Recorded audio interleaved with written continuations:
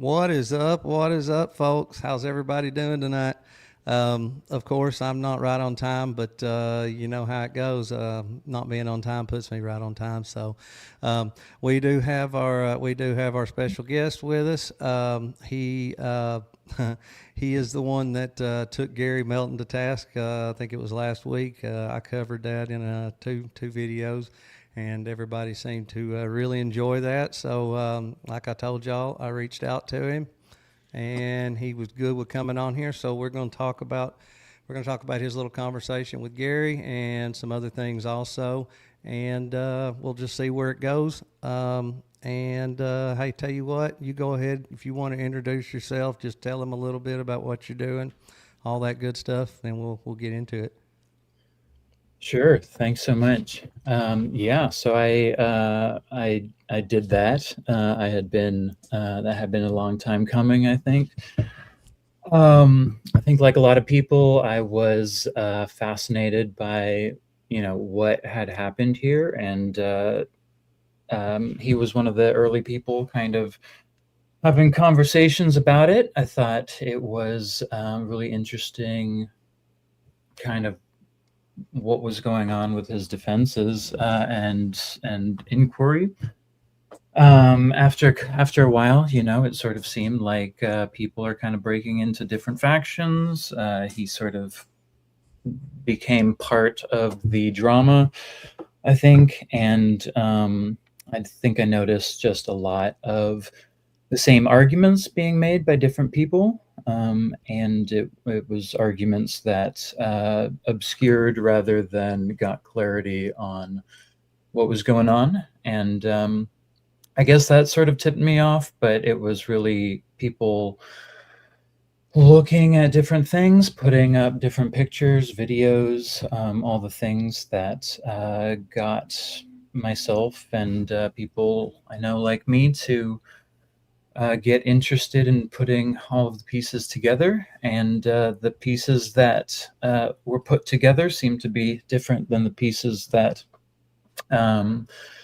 the investigators put together. And, it's been an ongoing conversation, the conversation on X that I've been privy to and a participant in at some point. That was mostly because I disagreed with people and thought it would be better to communicate that disagreement and reasons for that in order to feel like the conversation sort of included my own perspective as well. So Only actually encourage. gets rough sometimes.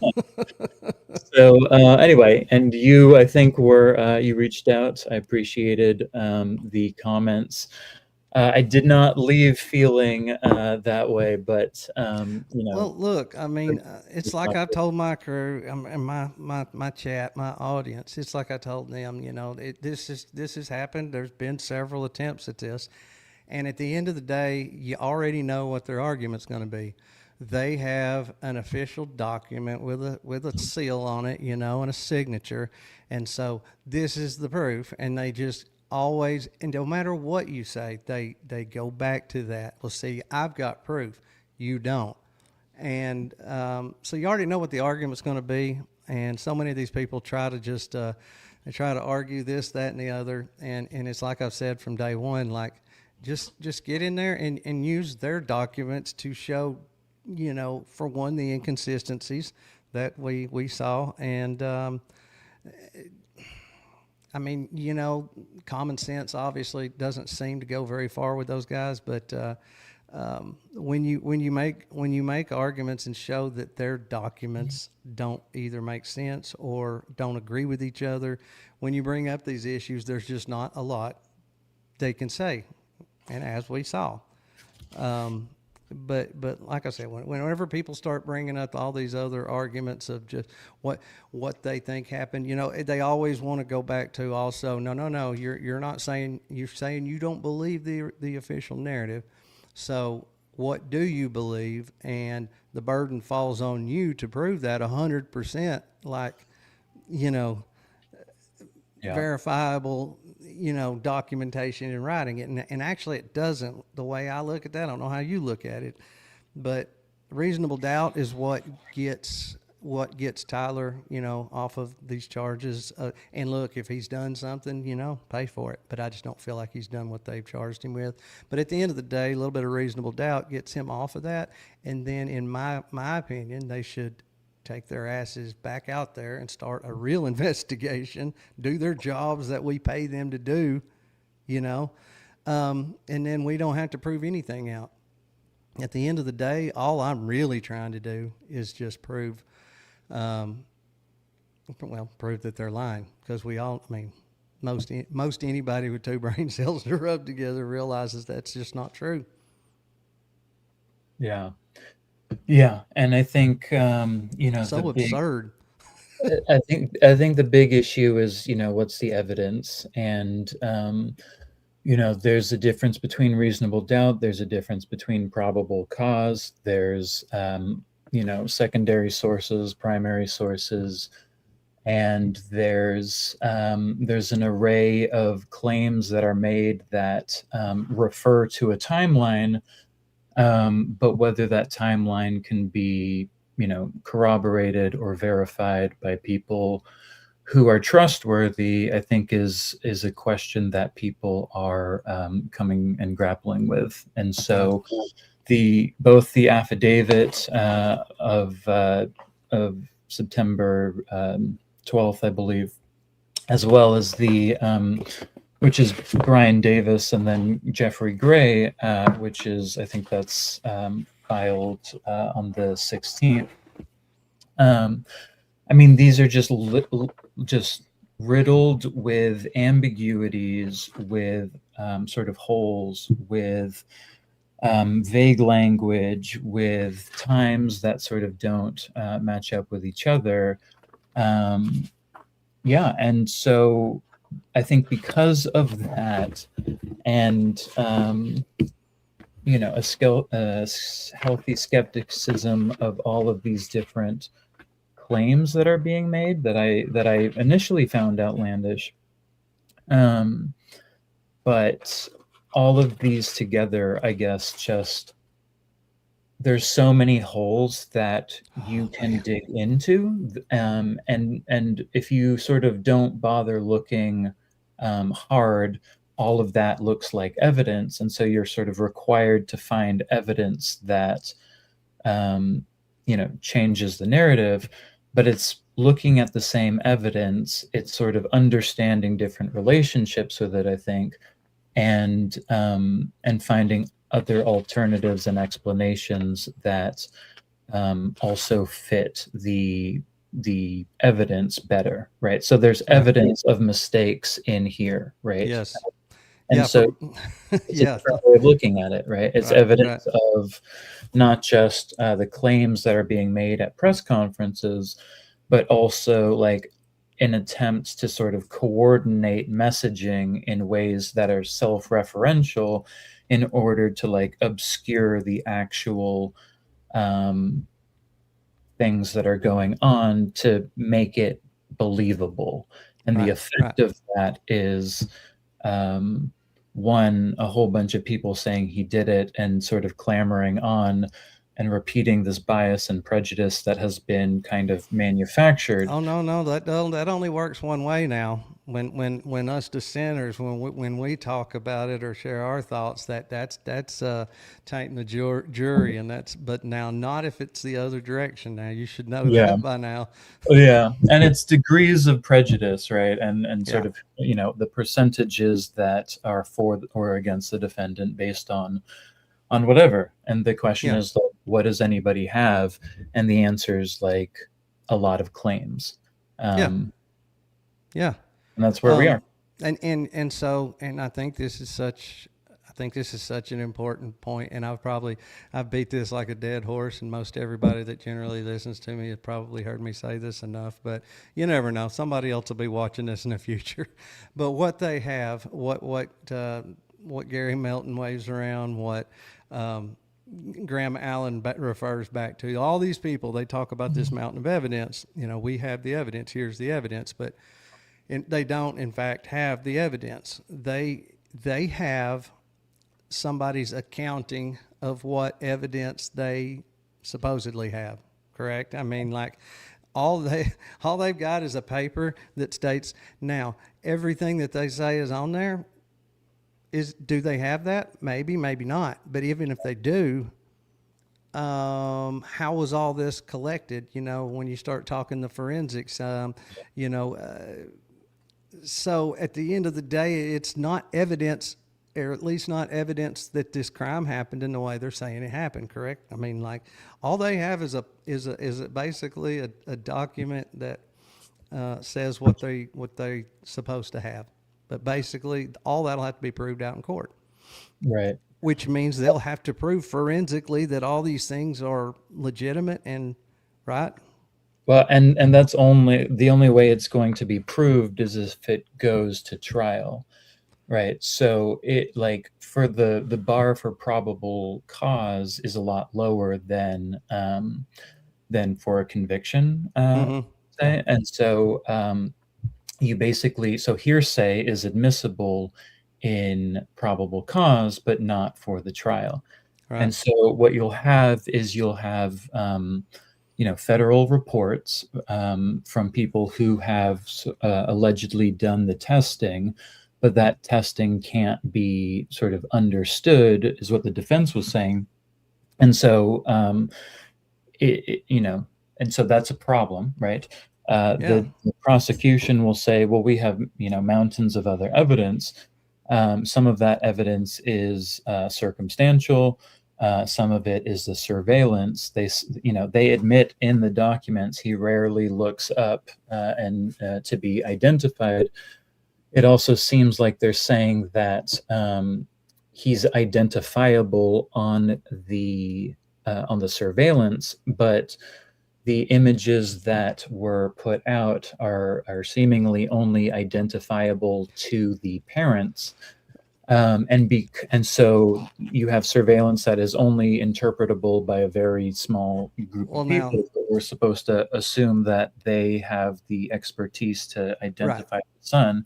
Right. And then there's finally these, like, four and a half, or however you want to count these confessions, and each of those confessions sort of relies on other parts, right? So, Yeah. for So instance, yeah. Go ahead. Go yeah, ahead. I'm sorry. Yeah. sure, no, for instance, like, Tyler is alleged to have confessed. It is insinuated to his father, according to Mike Mitchell, who I think is a family friend, detective, or something along those lines, maybe sheriff. According to Brooksby, at a press conference, and it's somewhat unclear whether that press conference, is sort of the timeline that lays out, sort of becomes, and that, I guess, testimony becomes a central piece, I think, in um, the timeline for Tyler's surrender, Mm-hmm. the response that it elicits in terms of sort of going to the house, maybe, and as a result, getting a number of other confessions that are allegedly to have a picture of them, or along with a picture of them, these photos of texts that have the name Tyler, but Photos of text, that kills me. right, but the prosecution has also said that they don't intend to present any or electronic or um, photos of a note that before extractions. taken before it was burnt. Right. So, right, exactly. So it's like what are we doing here, right? Like so and anyway, so like if you kind of line up like, well, this is evidence of like not doing it by the book, or this is evidence of like a convenient way that you can obscure the chain of custody. And if you sort of line all of those up, it seems like you can undermine all parts of this case, in which case, like, what is sort of happening, and how is the ambiguity and the complexity, um, how is it sort of connected to the wider things going on that are maybe not in this document, Hmm. that are maybe have to do with, TPUSA or UVU, or Utah, or this, that, or the other. So Well, that's so kind of talking about the text and all that and the whole timeline. It just was. I was just thinking about all that. A good example to me would be, okay, they claim they've got 4 confessions. I think it was 4, but several. And at least a couple of those confessions, are alleged confessions, were done via Discord. Now, so you have a document that states there are 4 confessions there. Now, talking about the timeline, if he did in fact go at 6:25, and instead of, like some are trying to convince us, that he sat there for a whole day, full access to his phone, just doing whatever he wanted in the meantime until the investigators got there.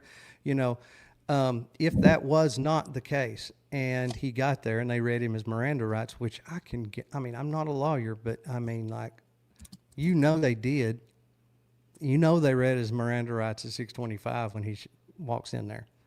But regardless, so just to sort of um, complexify that. Another example of sort of why, a piece that's ambiguous and sort of could go either way. mm-hmm, And so I think, again, and this is where the sort of Brooksby timeline comes in, because he's sort of, we're taking his statement as true, when from the 12th to the 16th they could have been getting their story straight, and then told this dude to, you know what I mean, like, right, right, uh, yeah, yeah. and so I think it's unclear, and so some people are saying it's on the 12th, and some people are saying it's on the 11th.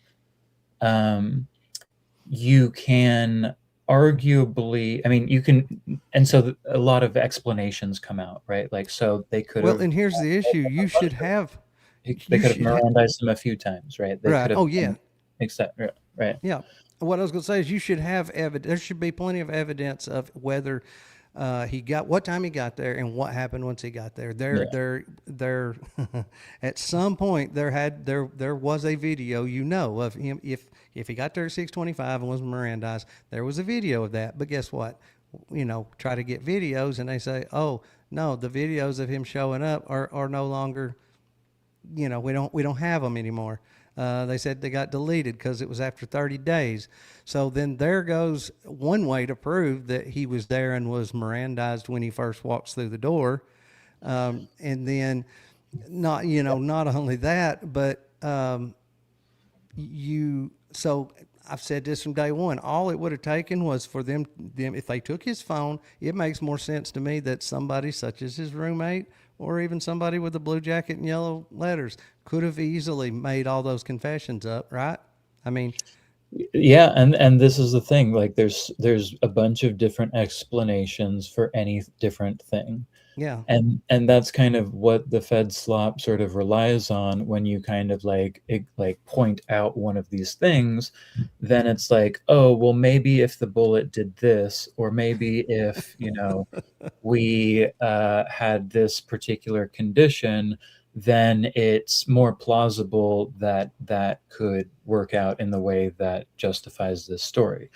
And it's like, okay, well, like every like, and then you start keeping track of every single time that the Fed slop sort of creates an explanation in order to like explain away this sort of And it should never have inconsistency. to do that, correct? I mean, like, Yeah, and so once you've like tallied all of those up, and that's kind of what I think Gary sort of does so well, and what other people who are sort of in these conspiracy spaces, probably in the chat too, and just kind of explaining away all of these different things in order to maintain this federal, federally, the feds provided the evidence that Utah seems to be using through the Utah State Bureau of Investigation and the local attorneys in order to basically take the statements of witnesses in another county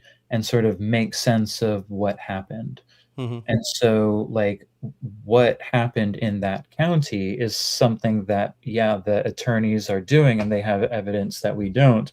But it's also kind of like what the entire world is also trying to figure out. hmm And as a result, we're engaged in these conversations. yeah. And, you know, some of them are good faith, some of them are not.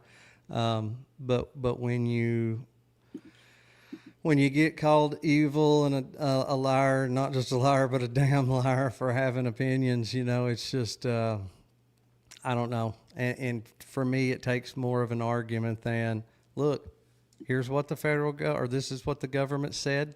This is what they say they got. They have to have it. It will come out in, in trial, and everything will be proven out, and you're dumb. I mean, like it. I'm sorry. I'm just that doesn't work for me.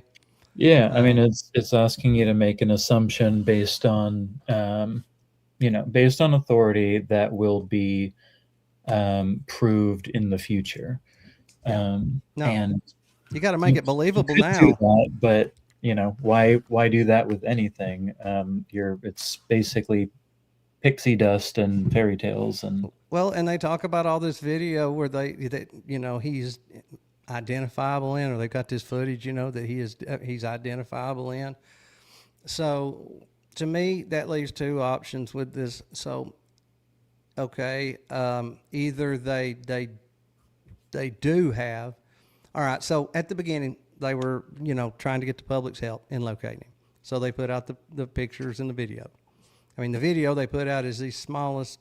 Like he looks like he's a little grasshopper out there. You know what I mean? Like tiny, no way identifiable.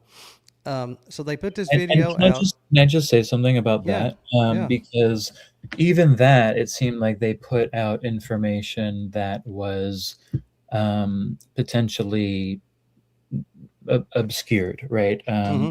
There are photos of the fact that it was I think it was the Washington Sheriff's Office, which was putting out AI enhanced photos of the person who was in the stairwell. Mm-hmm. So from the beginning, they were intentionally sort of obscuring the people so that nobody could be identified. And then in 33 hours, you have him surrendering because the parents who are apparently glued to the TV or something are Right. just sort of whoop, like get Yeah. basically boom boom boom boom, Yeah. see the picture, mom believes it's him, Mm-hmm. dad agrees it looks like him, and actually didn't even say believes it's him, believes it looks like him. Right. um, dad agrees, asks, and so it starts this process that um, very quickly, before there's any time to kind of really focus in on anything else. Mm-hmm. And also, you have the sort of identification of this perch, from the sound, uh, according to an unnamed you. And anyway, so it's just very, it's just links in this chain that kind of go boom, boom, boom, boom, boom, boom, boom, and now we're here. So Right. that And the thing about it to me is so they claimed they wanted help from the public to locate him, so they put out a video. Well, they put out a video and some shitty pictures. The video for sure he's not identifiable, yeah. and they haven't put out anything else since. And as a matter of fact, as far as officially, they haven't even addressed that. But everybody's always said, why such a shitty video if you've got other stuff and you won't help identifying that you won't help from the public to identify this man. Why not put out something that's a little better? And so to me, it's either they didn't actually want help identifying him because they already knew, or B, well, I mean, that's about the only option to me. I mean, like there's no way that they put out that video and those pictures if they had better than that. I mean, there's just no way. They show him at a dead run. They never show him prone, getting up, any of that. And they always say, taint the jury, blah, blah, blah, blah, blah. There's an ongoing investigation. Well, actually, no, when it comes to Tyler Robinson, there's really not an ongoing investigation. I mean, we have charging documents. Now he's finally on trial. But, that Mangione guy in New York that shot the healthcare CEO, I mean, Allegedly. allegedly, Mhm. that night, I mean, they put out a video of literally dude walking up, pulling his gun out, and shooting him. I mean, right there on TV. Help us identify this person.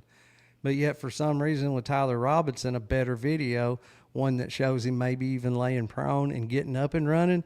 Oh no, that will taint the jury. That's part of an Yeah. investigation. We can't turn it. We can't. So For every for single that step of the Luigi, way. can I just say for that Luigi Mangione one, there's really nothing identifiable about that video either. No, And so it doesn't show his face. right, and it sort of just shows the murder. But why Yeah. could they not have at least made that video clip that they put out? Why could they have not at least showed him out there laying prone and getting up? Don't Right. you? Yeah. No. No. And it doesn't even. Yeah. It says consistent with the prone. Right. Right. So it doesn't say anything about a shot. It just says he lay down in the prone and Charlie was shot. Mm-hmm. So these little sort of passive phrases that they put in here, they have these holes in the camera when he sort of goes over the fence and then sort of slips into a black hole for 5 minutes at first, and then in the next document it sort of expands to 7 minutes, and then all of a sudden he's running to the prone, but they don't show that, and Yeah. then thing off the roof. But it's such bad footage, and again, it sort of is there to sort of plant the seed in your mind that it came from Losi. And I mean, the thing Right. is, like, the prosecution just dumped like 30 days worth of UVU surveillance to Yeah. It was defend. tens of thousands of files, wasn't it? Right, Something and like. it just completed. But the thing is, like, in the probable cause, I think it says, I don't know even know if it's in. No, I don't think there's a UVU police officer in the probable cause. What it says instead is that they basically. Let me double check if I can find this. While you're looking for And it that, also so says, yeah, sure. It also I says was the just unidentified individual will be referred to as suspect. So suspect. they don't even know for sure. They're just sort of making that assumption. Anyway, Right. please continue. Oh no, I was gonna say. So we've been talking about the whole video and the whole his parents being glued to the TV and noticing their kid on TV.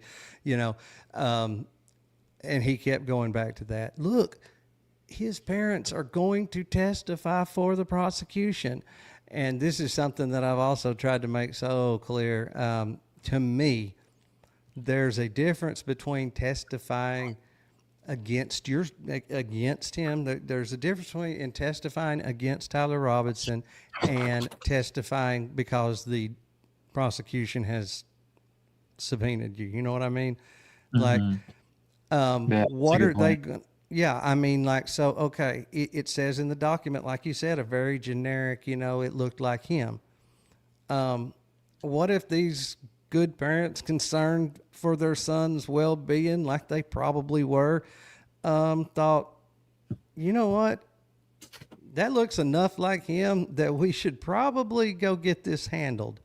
Now, obviously, that's assumption also, Mm-hmm. but I don't think either me or you or probably anybody else in the chat believes when they saw that they said, "Oh, that is most definitely him."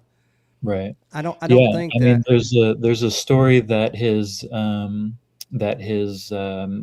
unnamed or at least an unnamed source that allegedly worked with him identified, Mm, or maybe not identified, but believed it was him because he balled up his fists, I think was yes, another when he one. was walking. But also that story about the parents could be, a cover story. There was also, I think, claims made that if that his dad, Tyler's dad, was sort of had money problems, I think. Mm-hmm. And so the reward money that was being promoted was first of all refused by him, but I think then the guy said if Tyler was innocent, then he would give the dad the money. Yes. So and also it went to like TPUSA or Erica or something, or like something, right? So there's a Mm-hmm. way of like laundering that money on the one hand, Mm-hmm. potentially putting an incentive there on the other hand, creating, an alternative possibility to the Utah sort of document here, which could be cover story that the prosecution has put down. Yeah. So Yeah. Yeah. And we multiple, have no hard proof of that, but it's as believable as what we're being told. I right? mean, Yeah, it's right? all X conversations, right? Yeah. So Yeah. But at the end of the day, why would they? He says it a lot. Why would they take their son up there? And they talk about them turning him in. Again, there's a big difference between turning him in and saying, "Hey, I think the smart thing to do is go up there, talk to them, get this sorted out. If they decide to come pick you up because they believe it's you, mhm. bad things can happen." I mean, there is a big difference in that scenario than in the one they would have you believe that they 100% realized it was him by looking at those shitty pictures and videos and took him and turned him in and said, "Oh, hey, here he is. He's the killer. He's the one that did it. Here he is." That's what they would have you believe. I mean, that's what they're trying to make this sound like. Mhm. Yeah, and there's the prosecution's, sort of conjecture that they're putting together, and you can sort of see all the holes in it. And then there's the defense, who is, people are sort of like, why aren't they kind of doing this or that? And on the one hand, it seems like at this point, they're trying to make the prosecution prove the case. Mm-hmm. And they don't have the digitization of the material evidence that the FBI, I think, is holding from them. Yeah, that's Um, been like 6 months, right? Has that not yeah, been? I mean, and in the criminal information document, it literally says that what does it say? It says something to the effect of the DNA that is all of these things, right? Forensic processing, DNA consistent with Robinson's was found on the trigger, right? So Right. they did the testing allegedly Mm. between the uh, and within the sort of warrant, I think it suggests, and I could double check when the warrant said, but it was basically, and this is another thing, like when did, so I would guess the trace forensic evidence happened on 9/12, 9/12. which would have probably been sort of when he just came in which case from the 12th to the 16th, which this document then did put together, 4 days they would have that that sort of DNA testing that they could find with another one, and Mm. it also isn't a match. I think there's like up to 6 people, but then again, it's sort of unclear how it came to that assessment without the actual things that should be provided um, to the defense, which has Right. not yet happened. Right. That's the whole thing is, they're again, they're just taking, they're taking basically a report. They're not getting all of the actual, nuts and bolts of how exactly this was collected and determined, that it was and they're not even saying match, they're saying consistent with his. So, I mean, what does that mean? Obviously, family members have DNA that's consistent with yours, at least, in ways. Hmm. So that is to me, that's a very vague, like nebulous type of way of. Right. But at the end of the day, okay, it's his gun. Mhm. Whoop de freaking do. I mean, it's gonna have his. It's gonna have Right. his. And so there's sort of the okay, so then you need to sort of match the bullet that's in Charlie Yeah, to the there we go. gun, to the person, match the person to the place, match the place, and so like every bit of this piece like needs to get sort of figured out. And if they have all of that stuff and they can prove all of that stuff, that's one thing. The ATF is where they're gonna have a problem. Yeah. Yeah, I mean, it's sort of unclear what, and it's also I don't interesting know if to you've went over that, but to keep no, from having tell me, you wanna, break it down? I was just going to say, to keep from having to completely break it all down and rehash it like I did the other night. At the end of the day, they listed everything out that they tested. They had a list of what they tested and what the conclusions were. One thing that was not on there was like for the diameter or type. Now being a fragment, they more than likely couldn't test the diameter. You have to have almost a complete, you have to have enough of a radius to actually be able to get an accurate measurement for them to be able to say this is a 30 caliber.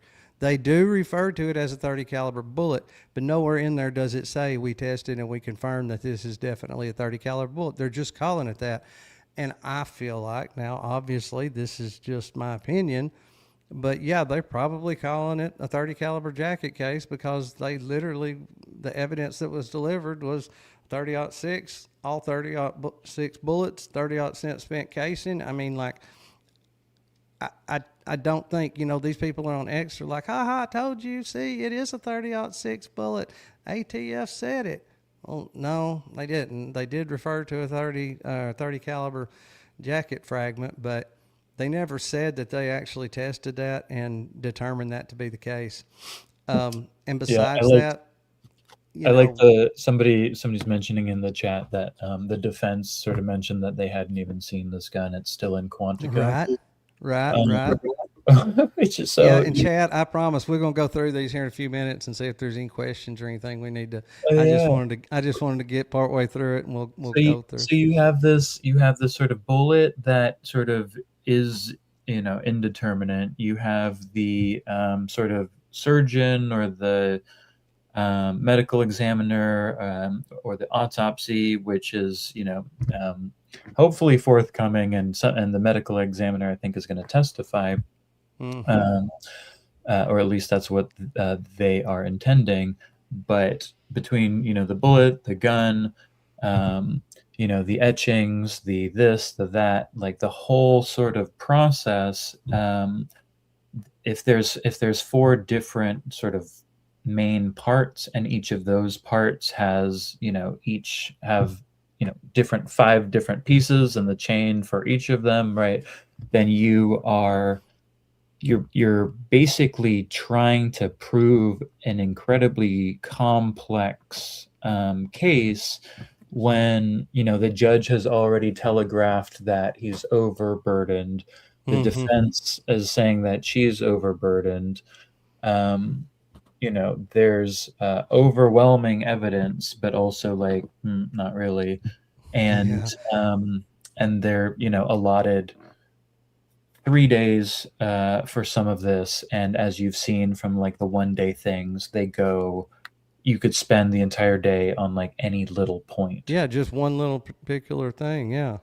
So what it seems like is going to happen is they are just going to kind of trot out some key witnesses to sort of testify to this thing that we can't sort of determine, along with some sort of summary reports that don't have the actual evidence or whatever. Right. And then all that circumstantial evidence, which is hidden by the intentional um, roadblocks that they've set up. And so at the end of the day, it's probably going to be something not so different from what we already know, and you can sort of believe this or that, with at least plausible deniability from the state that it could have happened, and then we're sort of left in the just sort of being like, That's but we all why. know no. That's why I'm not got my heart set on any of this getting proven out in court. I mean, Yeah. there's a very good chance this never goes to trial. I mean, I hope it does, but you know, historically, these type of things don't make it to trial. um, so I hope it actually gets there. Yeah, Um, and the defense does not. I mean, they sort of supposedly work for Tyler, but they are not they don't seem to be. beholden.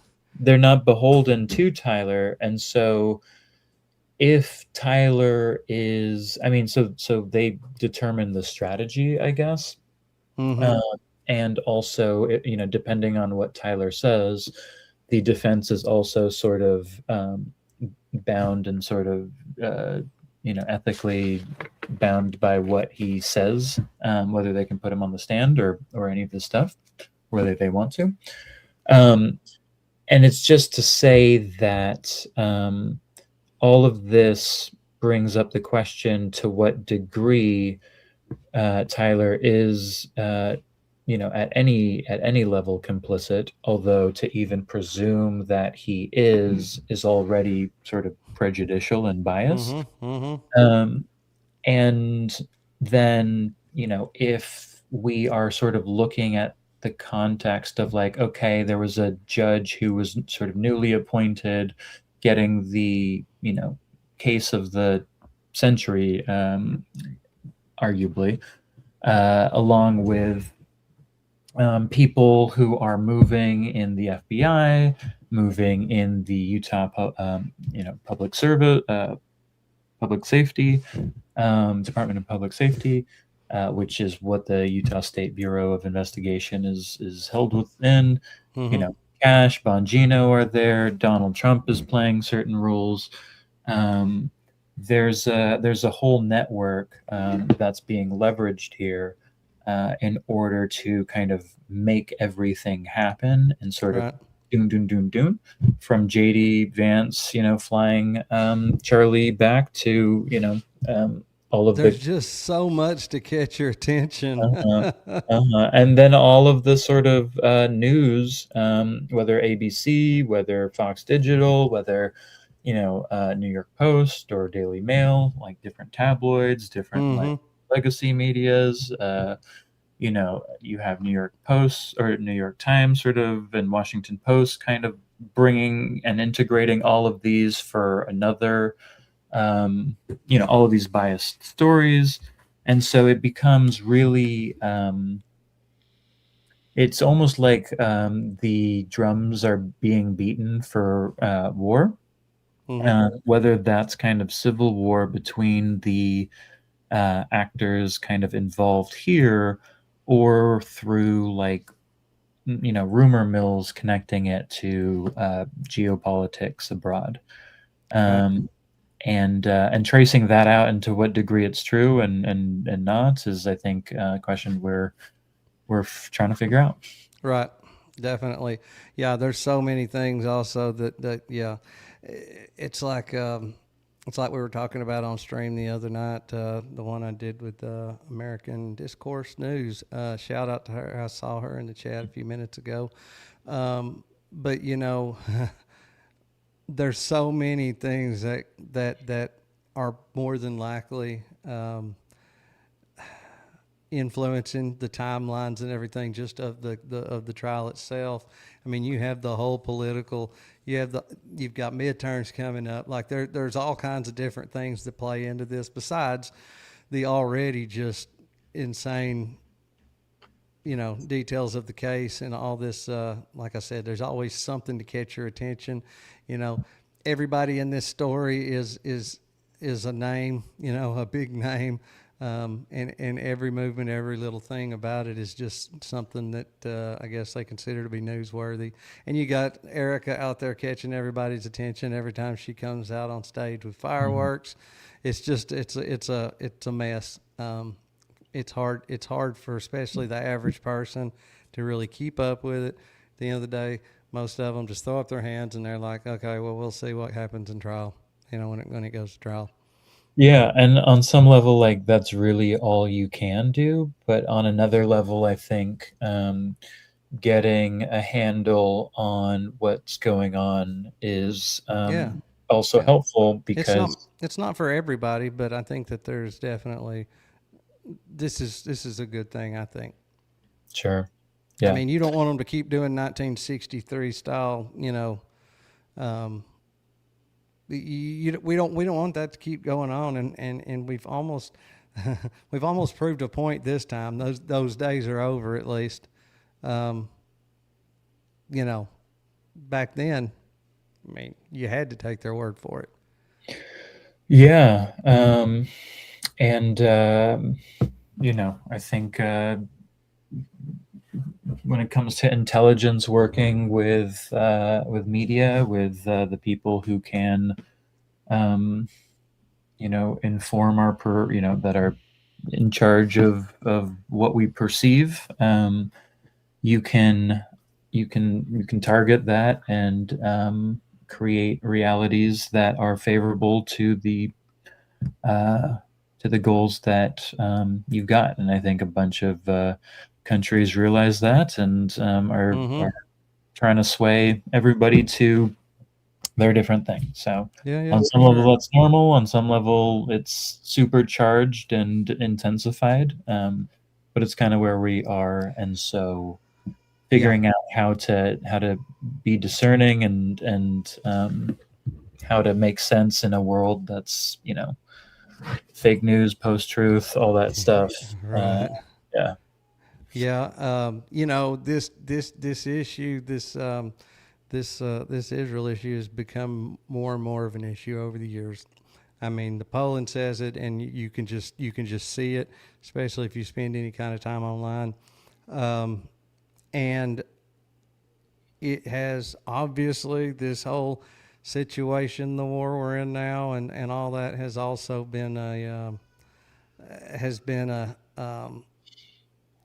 big that's been a big motivator for the one crowd, the anti crowd, and but I think this Charlie Kirk thing for a lot of people, I think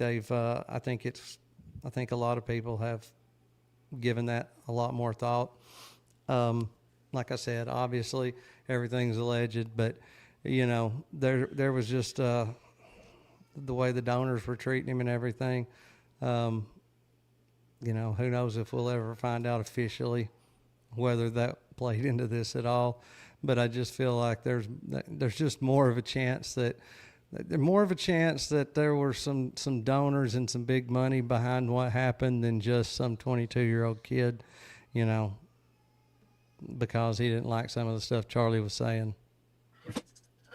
Yeah, I mean, I think if you look at Charlie's history from like when he came on scene and the sort of process of that, and building what he built and the power that it had, and what it was leveraged for, and the people involved, and some of the pardons that were issued, I guess, and how it's being used by Erica, and how it's being used to sell Vance. I think there's and how he's connected to Trump and what Trump is doing on behalf of Israel, and sort of all of these different networks as they're trying to what seems to be remake this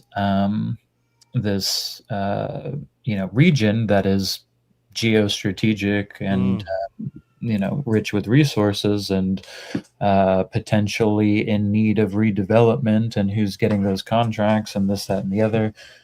yeah, So, and then I think a week after this, there was the Trump 20-point peace plan between Hamas right, and Israel that named Tony Blair to the yeah, board of peace, along with himself and all of the Tony new Blair, kind of board of peace countries that you know uh, check their I guess human rights abuses records. right, But anyway, point being, um, we can't trust I think anything. Um, and so, what do we do in that environment? On some level, kind of rely on our basics and our fundamentals of sort of like asking for sources and yeah, evidence, and holding them to a high level of of I guess, I don't know. yeah. Anyway, I know what you're trying to say. Yeah, but I mean, there is only so much you can do, yeah, but people are definitely waking up a lot to it. I mean, and there's other countries that have influence also, but I think people are starting to realize how much this one country has influence over our politics and geopolitics, and um, I think that's a conversation. There's a lot more conversations being had about it than ever would have been before. yeah, And look, I feel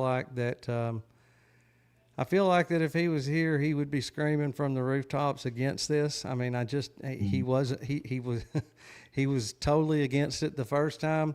I can tell you he didn't like that, and that was just what limited strikes, like just run over there, run back home. He didn't like that really. So this right here, he would definitely have an issue with, and he was pretty. I mean, he had a lot of sway, especially over the young people. I just feel like he was a big roadblock you know um, for a lot of different people, but mainly one. I mean, that's just at the end of the day.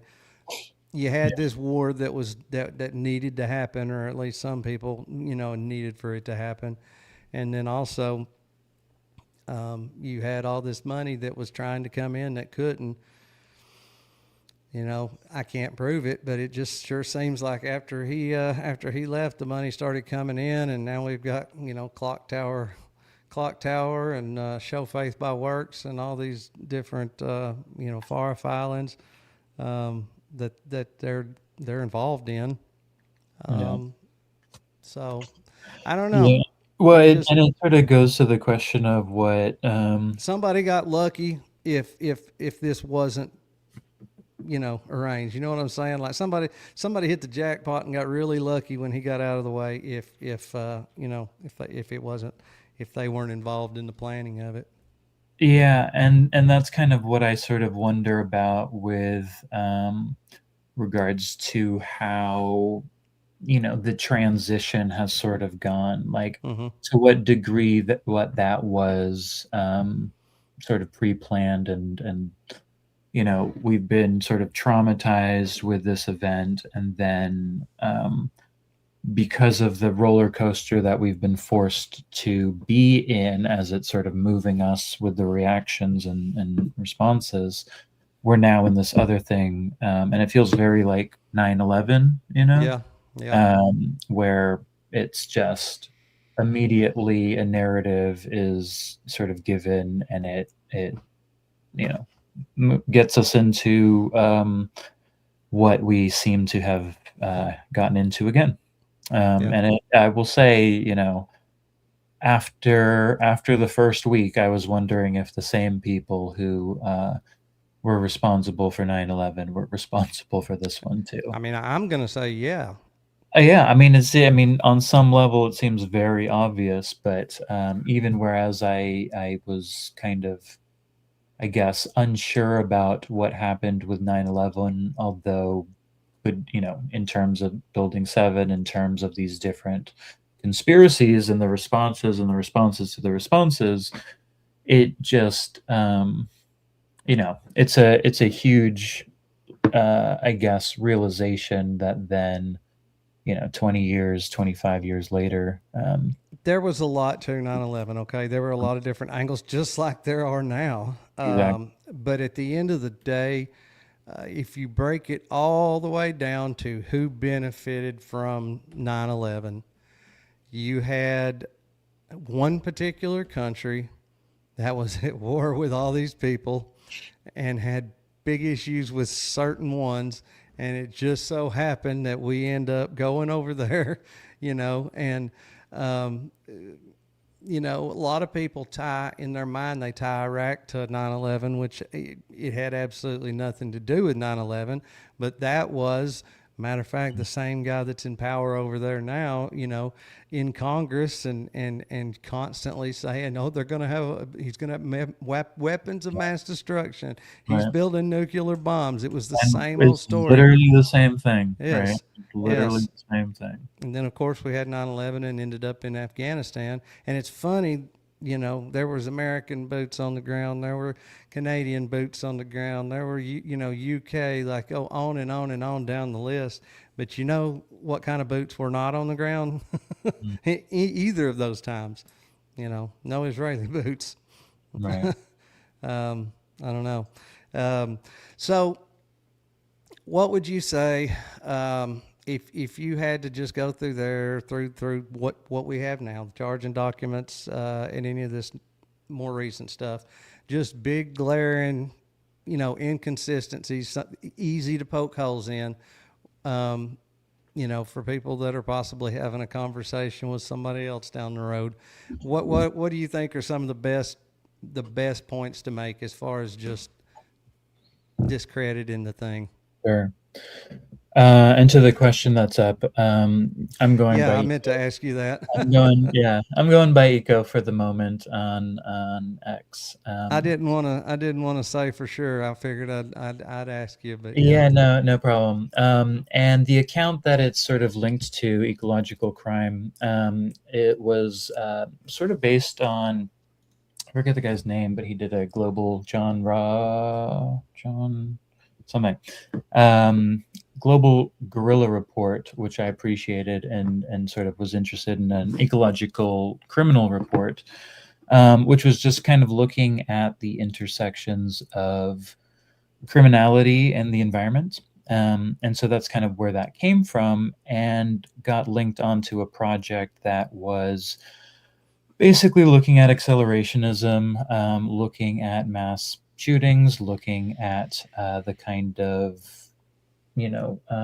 views, or sort of what the mentality behind that. Um, and was also linking that to foreign operations. Mm-hmm. So um, anyway, so it was the account was sort of anonymous for a while, but Gary sort of incited me to escape my anonymity Oh.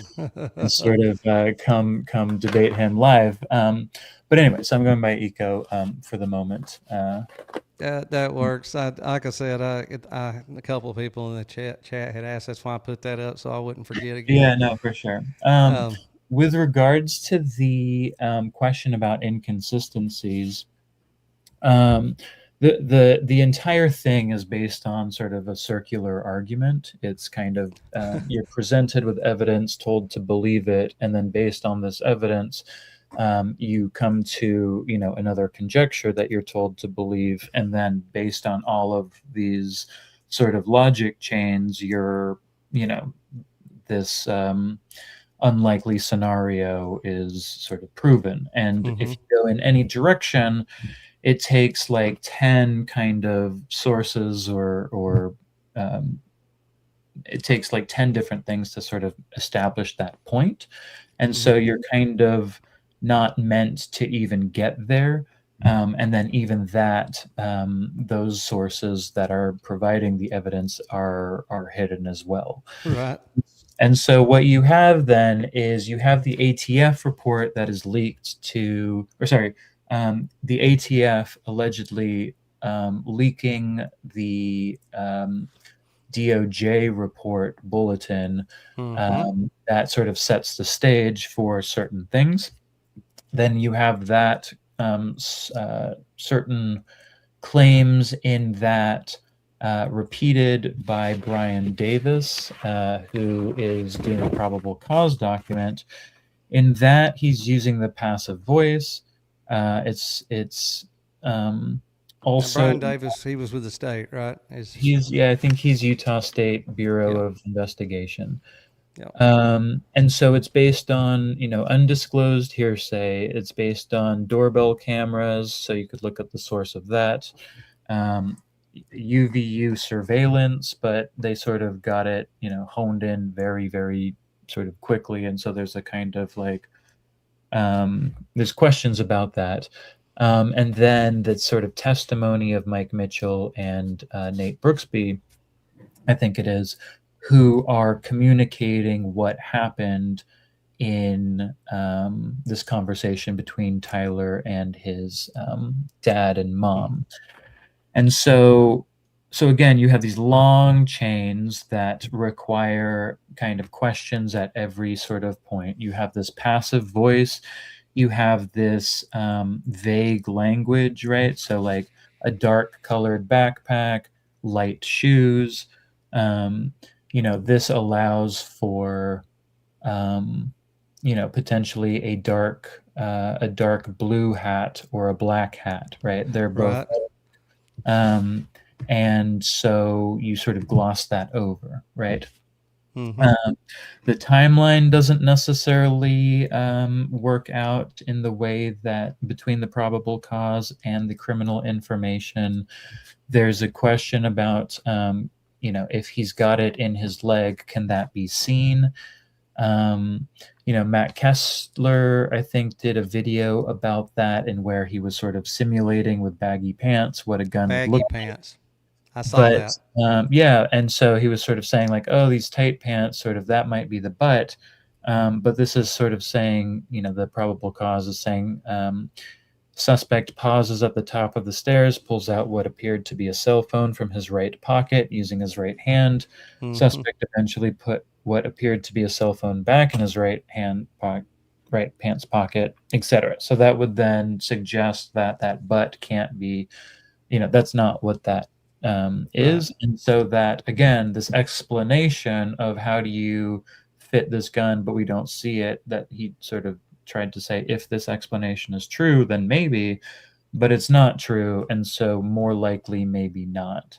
And so that becomes the kind of issue.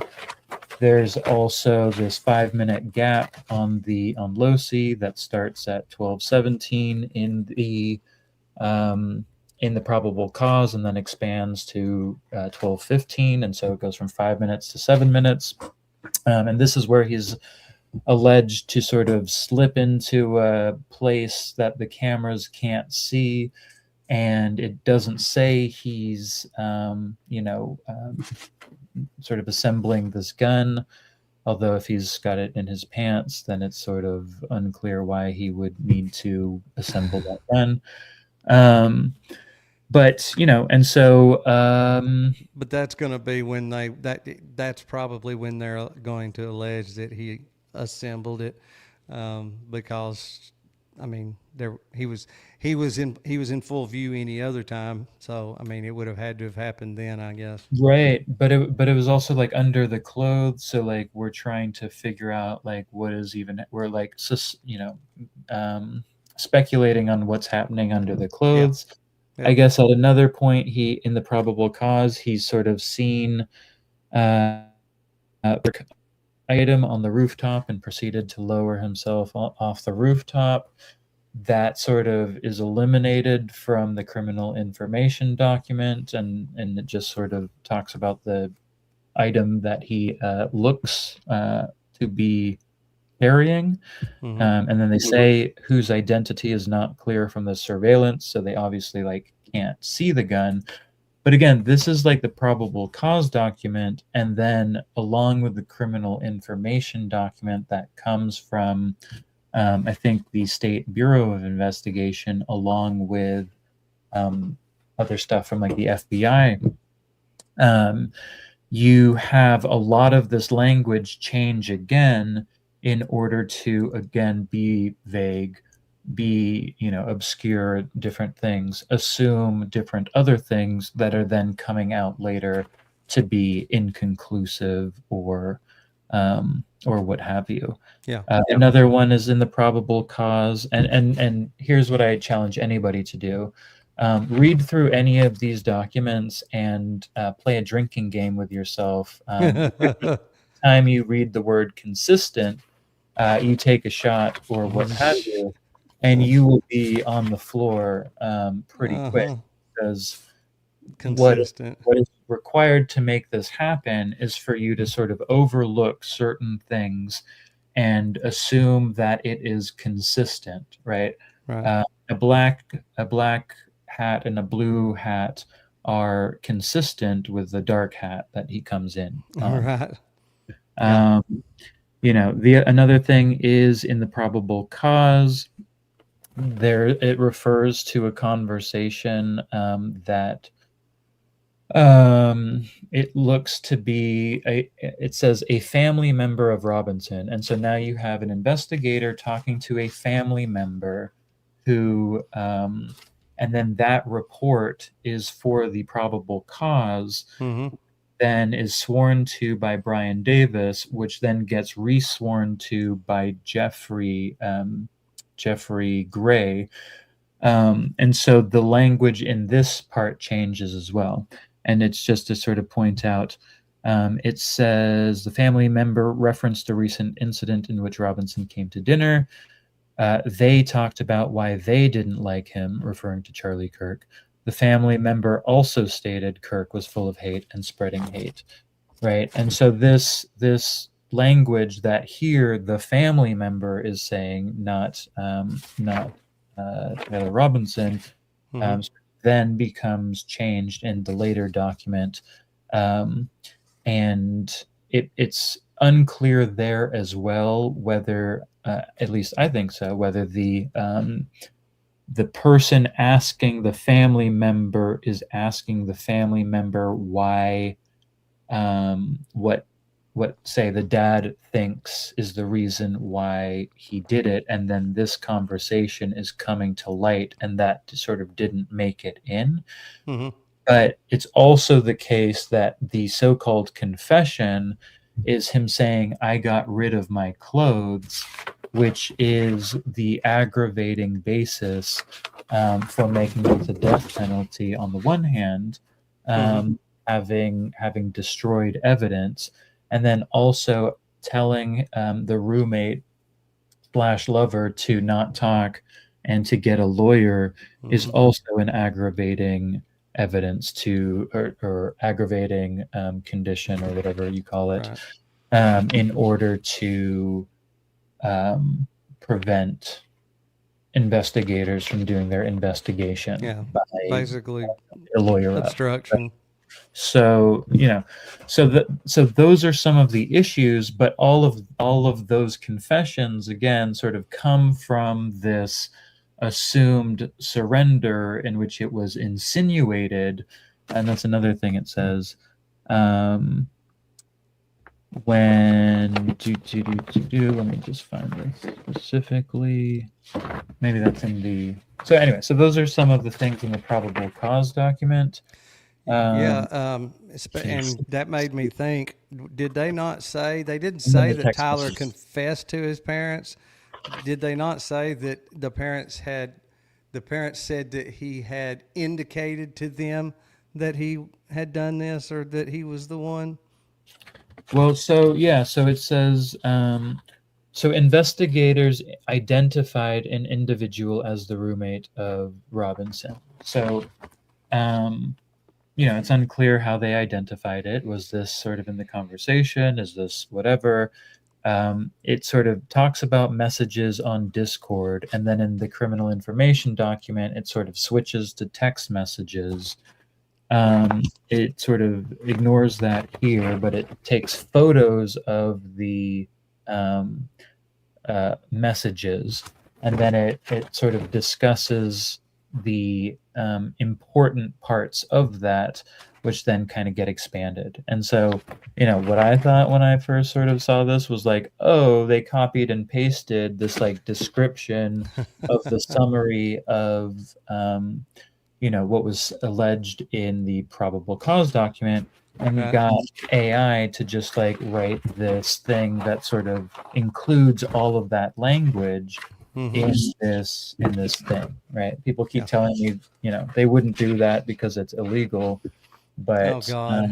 this is where we sort of wonder about, who has permission to do what, Yeah. or anything. Yeah. I could go on with the criminal information document. I think, the victim targeting enhancement is based on the political expression, so it's important to include the trans thing in there in order Oh to yeah. claim that targeting enhancement is legit. What's interesting is that they're not going to reconstruct the scene unless it is at the level of capital offense, which has not been, um, which I guess happened sort of, they've intended to, but we're not at that stage yet. So Hmm. at least that's what I got from the court. Right. The other thing is like the narrative of another violent offense was committing this in the presence of a child. And so again, you have this kind of narrative going on. It also says threatening, discharging a firearm in the direction knowing that people might have been injured. This assumes that the gunshot is from Losi, but if you are, of a different conspiracy, Yeah. then, that can't necessarily be proved. And so what you have are a bunch of claims that can't necessarily be proved, but are Mm-hmm. assumed, and are assumed because the sources that we're presented with and told to believe are presenting like testimony based on any of this stuff. The fact that he left the gun is evidence that he concealed it, which is Yeah. another obstruction of government of justice, as is the telling to lawyer up, telling to delete the note under it. So Right. all of these kind of. All of those checked a lot of boxes, didn't they? Yeah, so exactly. So they're basically like, how can we backwards design this crime in a way to like hit these 7 points, Mm-hmm. um, and figure out, all of the different things from the school to the security to the location to the people covering it up, to the videos, to the crowd participation potentially, or people in the crowd. It there's a lot of coordination that seems to be going on, and Yeah. also from people who are, following this, kind of presenting, either the Fed slop or potentially things that we don't believe in other ways. But it's a fascinating exercise in, critical thinking and Yeah. trying to put this together and That's all definitely this. one way of putting it. Yeah. Yeah, I mean, you walk into some of those arguments on X, and it's just like, whoa. I mean, people taking it personally. I mean, really, Yeah. some little disagreements turn into I don't know. It gets bad sometimes. Yeah. Damn, these people just but there again, you've got the Graham Allens, the Gary Meltons of the world that just any kind of question, anything at all, and it's just like absolutely not allowed, you know. Yeah. Um, and swearing by this is the whole thing, you know. And Gary said it. I wish I'd have thought I would have had that clip ready to go. Um, I don't remember who he was interviewing, or I don't remember. I just know that he was talking about this, and basically what he said was uh, he always talks about his general distrust of government and how questioning the government's a good thing. Well, basically what he had said though was like, but this is a different government. This is a different FBI. Mm. Basically, what he was trying to say is Trump's in office, so that means that this is all legit. No way that there would be any lying going on, and Right. that's absurd. I mean, it honestly doesn't matter who's in office. We've seen that. We've found that out so many times over and over. Um, you know, Yeah. And it's president. yeah. I mean, this could be, Flynn's underground army, Yeah, concocting a way to, you know, uh, fake an insurrection and, change the law to do whatever, you need to do in a time of war, right? yeah. Like, it's unclear what is happening. And people have theories. I think that they're probably really shocked that there are as many people still as actively involved in this as are. Yeah. Um, I don't know. I've said this several times too. I don't feel like it's just about Charlie Kirk. I don't believe it's just about this. Some of the attacks, some of the just nasty attacks. I feel like I feel like a lot of it has to do with, and I think when I jumped on that Spaces with you for a few minutes when I was having technical issues, I had said that I think that when this is all said and done, no matter what the outcome or how satisfactory, a lot of people have already made it clear, because some of these people have actually, and I'm one of them that started their platform, during this Charlie Kirk thing. What's Mm. going to happen after Charlie Kirk? After this is all done and over with, I think a lot of people are going to be looking into a lot of other things. You know what I mean? Like this has been a good exercise. Yeah. Um, Yeah. obviously, I'd like to know the truth and like to see Sure. some real justice, but at the end of the day, there's a lot of stuff they probably don't want this much attention on. Yeah. Um, You and think off the about top, some of the stuff with Las Vegas. If mhm, everybody that's been involved in this Kirk thing, you know, sure. Yeah. suddenly, Vegas, J5, Butler. yeah, I think the Luigi Mangione. I think the thing with Brown University. mm-hmm, mm-hmm, There's the Capitol Police. I like the sort of shooting that happened. Like, there's yeah, so many things that like we're sort of hit with, and then we're like, wait, those things don't make sense, and then we're sort of on to another thing. right, And it would seem like the media on some level is kind of complicit, or they're just sort of uncritically, sharing what they are provided by the people, and if somebody else doesn't, if they don't do it, somebody else will do it. So You're a little too gracious. I mean, like we all know that the CIA has been involved in them, and of yeah, course that's supposed to have, stopped, but we all sure. know it didn't. I mean, look, when you've got oh my mind just went blank. What's his name? On Fox at night. Sean Hannity. Good Lord.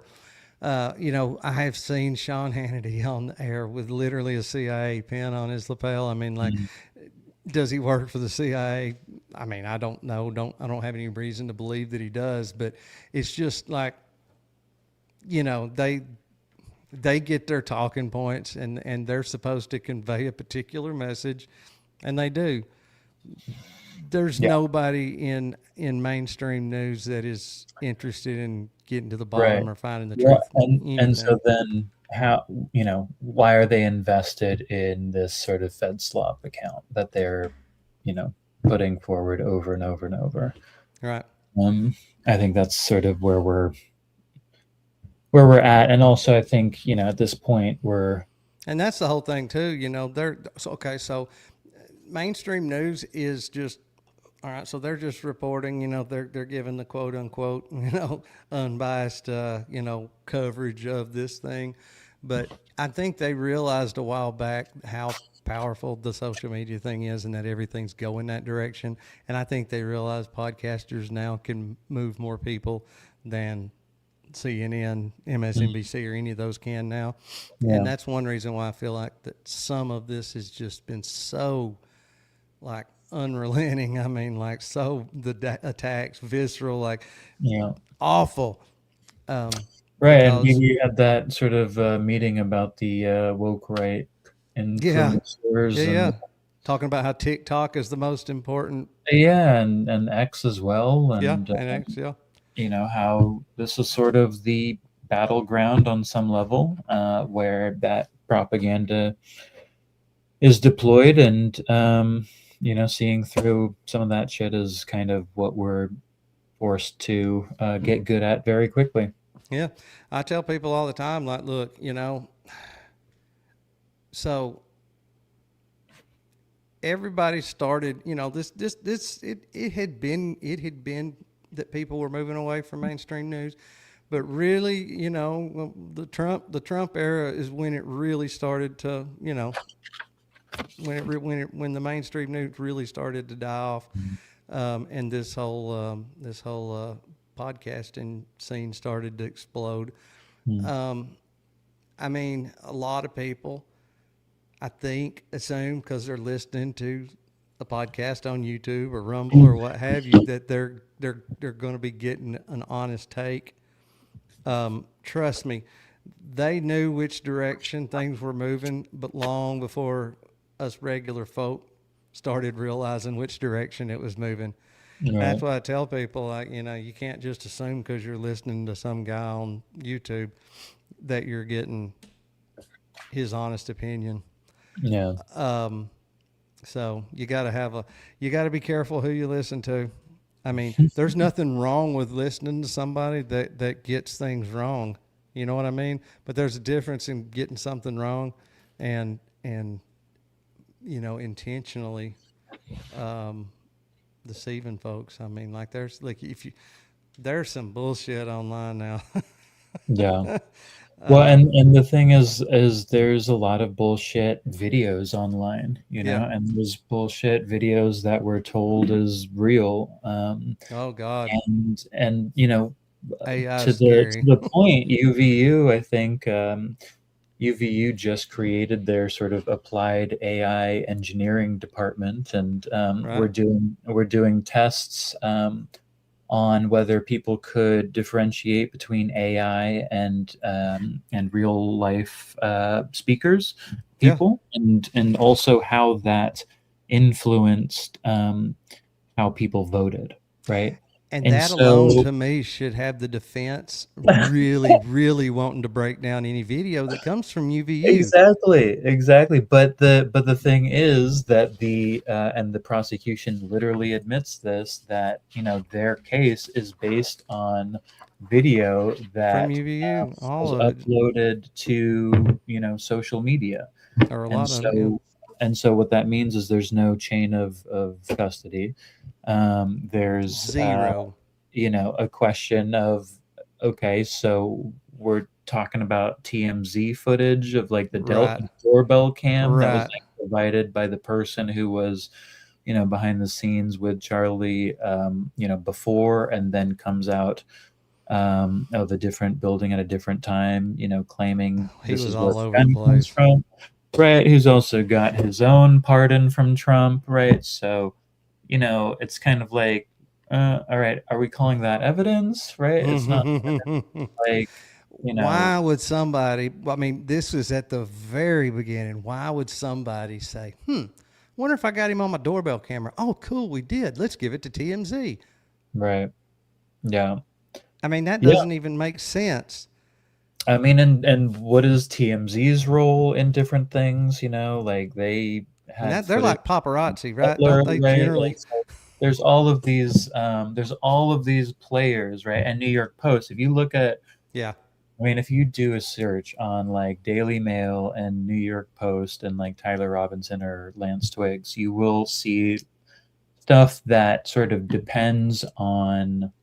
Um, I mean, you can check the sources, right, and sort Yeah, of yeah. see at what point we sort of drift off into, trust me, bro, Yeah. which is sort of I where we just get. thought of that when you brought them up. It was the New York Post that correct that published the first images of the alleged rifle. Correct. Mhm. Okay. Right, which the dad is not even said to have seen.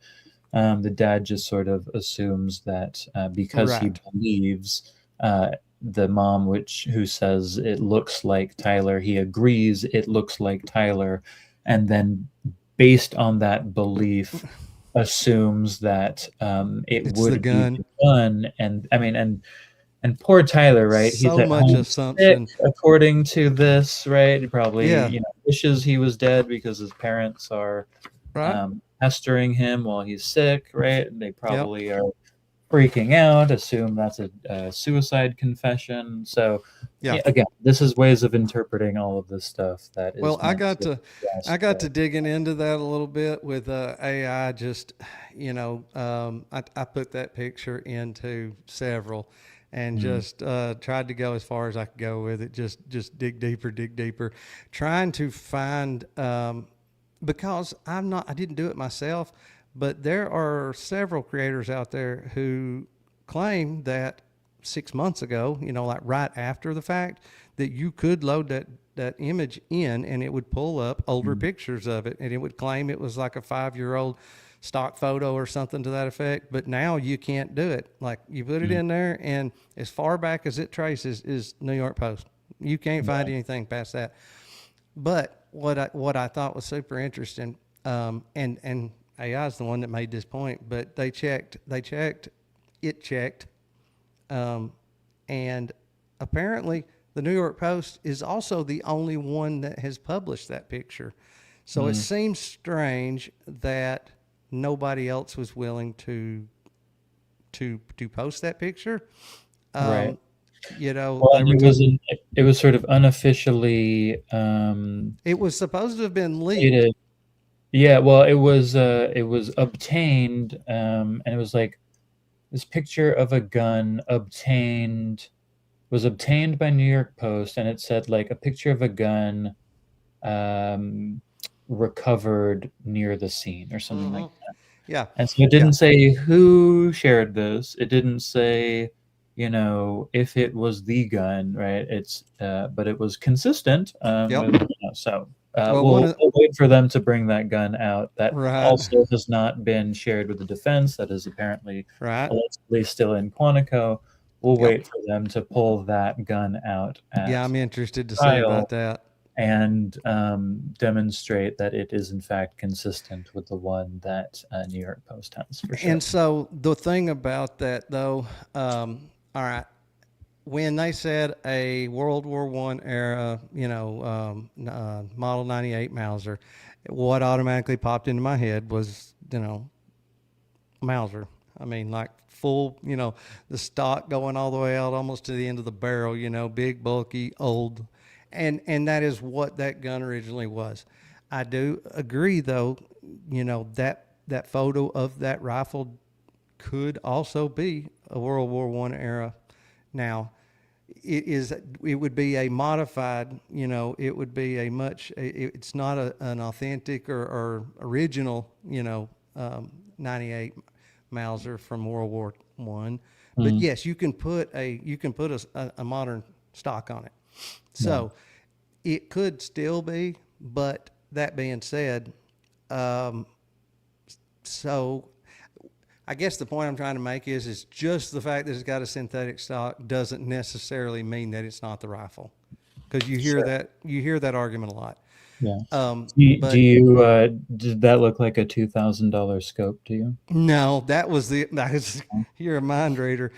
He talked about how he thought that was a $2,000 scope. Obviously, the picture's not good enough to really tell, but I mean, me, it looks like some kind of little Tasco or something. No, not a $2,000 scope.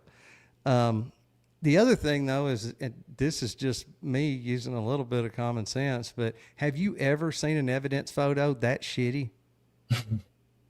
Like every evidence photo I've ever seen of a firearm, you could literally read the serial numbers even from that back that far. Yeah. Yeah, and he was sort of asking allegedly in the texts whether there was any identifying information, I think, or something like that. Mm-hmm. I also saw another video that was suggesting that all of that was sort of chosen because it sort of allowed for a lot of, again, ambiguity or a lot of wiggle room Yeah. in some of what that was, and then also just in terms of, again, the defense saying, you can say whatever you want about this gun and whatever else you find, but until we have the digital evidence that is based on the material evidence that you used to write your report, Mm-hmm. we have no idea how you came to your findings Yep. from, for this DNA, for that DNA, and and that file exists if the criminal information document said that it was consistent with Tyler's DNA, um, but they're not providing that, and Right. they Right. haven't provided it for 6 months. Arguably, and the prosecution said this, that the defense recognizes that they do not have rights to that evidence until after probable cause hearing, um, and so that on some level that's kind of it, but the other thing is, and does the prosecution want to spend millions of dollars like going through every single thing that the defense is going to do? Right. Um, but and the anyway, so I went on a little rant there too. It's all right. I go on those side trips all the Oh, time. That's one thing about this. One thing leads to another, and here, that's why that's it's the only much. real reason to have structure on one of these conversations about this Mhm. issue is just to keep you on track, because Yeah, there's so exactly. much to talk about. You don't have to have a whole lot of like Sure. notes to make. Well, One should we one riff other. on these questions? Oh, go for it. Okay, I was going to say one last thing about the rifle though, and then we'll look and see what we got in here. Um, so on the rifle, I will say this. Okay, it was supposed to be a World War One era Mauser 98. Now they could have definitely updated the stock, which would make it look like most any others. That being said, the pictures are shitty, but they are good enough. I can tell you with a fair amount of certainty by looking at it that it is not a World War One. It does appear to be a Mauser. So, whatever you want to do with that, it does appear to be a Mauser. They have a particular style safety on the back end of the bolt, and it's kind of a large safety. Um, and it does appear to be a Mauser rifle, but the World War I era gun has got this bolt with this I think it's the extractor, I guess it is, that goes all the way down. It's the bolt is pretty even in a shitty picture, you can tell that it is not the style bolt it should be to be a World War I. So, you know, that I'm up in the air on that particular gun. Yeah. Do you I think it think that was? How do you think it? Do you think it was shot from the roof? no. So Uh, there's how enough do you evidence. keep going, please? I was going to say there's enough to me. There's enough verifiable evidence that there were dogs on scene. Now, regardless, yes, they may have been man dogs, but you know, at some point there was dogs from like 4 different departments. I just find it hard to believe there wasn't one single firearm sniffing dog out of the bunch. Hmm. But regardless, there to me there was pretty fair amount of proof that there were dogs there. For them to not be able to find that gun means a either it was not fired for a very long time, or it was not there when the dogs were there. Gotcha. So Um, then somebody might have, and I think the sort of time for this would be like between 12, I guess, 17 or 21 or mm-hmm. whatever to like 5 o'clock roughly. So do you think somebody didn't fire a rifle but did have something under the towel that they jumped off the roof with and then sort of put it there but didn't fire it and that's why they didn't Shitty cover it? pictures, video. I Or mean, and then did they bring it up with them to the roof in the first place? Or because I think like that's a big part of it. Because some people are like, okay, well maybe it's fake, maybe somebody did run but they didn't shoot, maybe they did shoot but it like didn't hit Charlie, maybe and then there's yeah, so yeah. many different sort of I'll tell things. you what I And believe. I wonder your Yeah, yeah. Can I prove this out angle. without a shadow of a doubt? 100% documentation and all? No. But what I feel like is I feel like he was involved. I don't feel like he did what he's being accused of. I feel like he was probably lured there for whatever reason. You know, he probably did own the rifle. Hey, bring your rifle. We'll have somebody else take care of the dirty work. They may have sent him up there as a scout. I mean, yes, somebody was on the top of that building, and I figured it's probably a pretty good chance it was him. He gets up there, he hears a bang, he says, "Oh shit," and turns around and runs. I mean, like, all of that could easily be true. He could have been on that roof, and he could have jumped down, and he could have, and not taken a shot. I don't feel like that gun was fired. So either it was there at the chicken coop the whole time, or when, because it was found after the FBI shows up, or, one of those guys brought it and planted it. I don't think chicken coop is in the charging documents, by the way. Yeah, I know. I thought about that when I said it. The chicken coop's been referenced a bunch, but yeah, not in the documents. It just says a wooded area, Right, but uh, then it's sort of like, wait, where did I hear? And that was kind of one of the things the defense was saying, that like we have this sort of like prejudicial bias against Tyler, so that even if we, think he, whatever, yeah, yeah. if, but we also don't remember where we heard that, and so we like have this tendency to connect information without remembering where we heard it, and so Right. that becomes an issue that mixes the disinformation with the Fed slop with Hmm. all of this stuff, and then we might be sort of in the comments or in the, and I'm guilty of this too, or the retweets, we're sort of putting things that we're kind of like, oh, Yeah, yeah, um, yeah. and that becomes, I think, the basis of this back and forth between like TPUSA FedSlop accounts and then the sort of like mainstream conspirator accounts that are sort of like talking past each other, and it's ambiguous, and so you can go either way, but it drives clicks either way, It and it also does. sort of like is noise that on the one hand allows for the people in court to sort of say, oh, it's even, they're both prejudicing each other, and Right. Erica Kirk is being prejudiced, and so is Tyler, and so therefore we need to not show evidence and not have cameras and sort of get this over as soon as possible. So anyway, it all seems like it's for a purpose. Oh yeah, there's a lot of poisoning of the well going on. There Yeah, is, for sure. But anyway, I don't feel like I feel like he was lured there. I figure he was meant to be there to be caught on videotape, possibly. I feel like he was a patsy. I feel like they planned on pawning it on him, but I don't feel like he got up there and shot at him.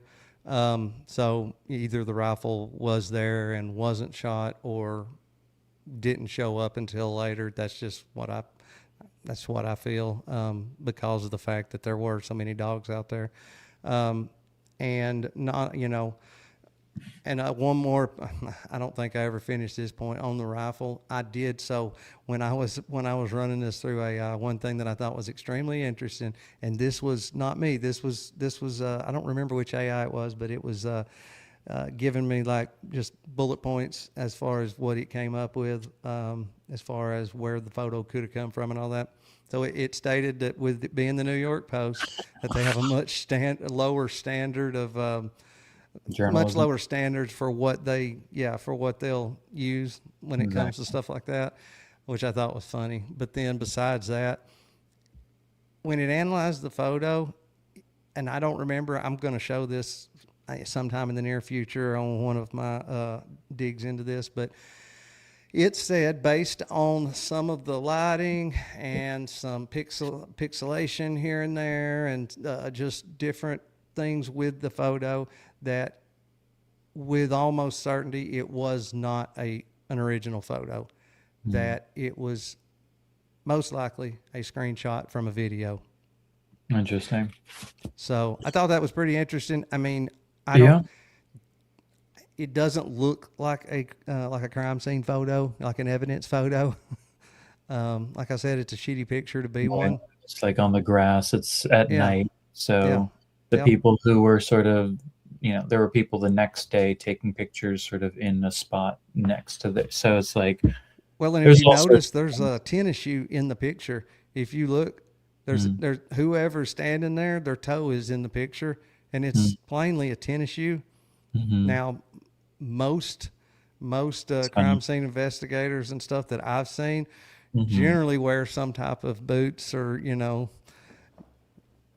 Well, who yeah, knows. and yeah, right. Well, there was a picture by SLC Tribune, I think, who had people in vests and rifles walking around Flip flops or and something. flip flops, right? So it's like, what is happening here, Right, people? right.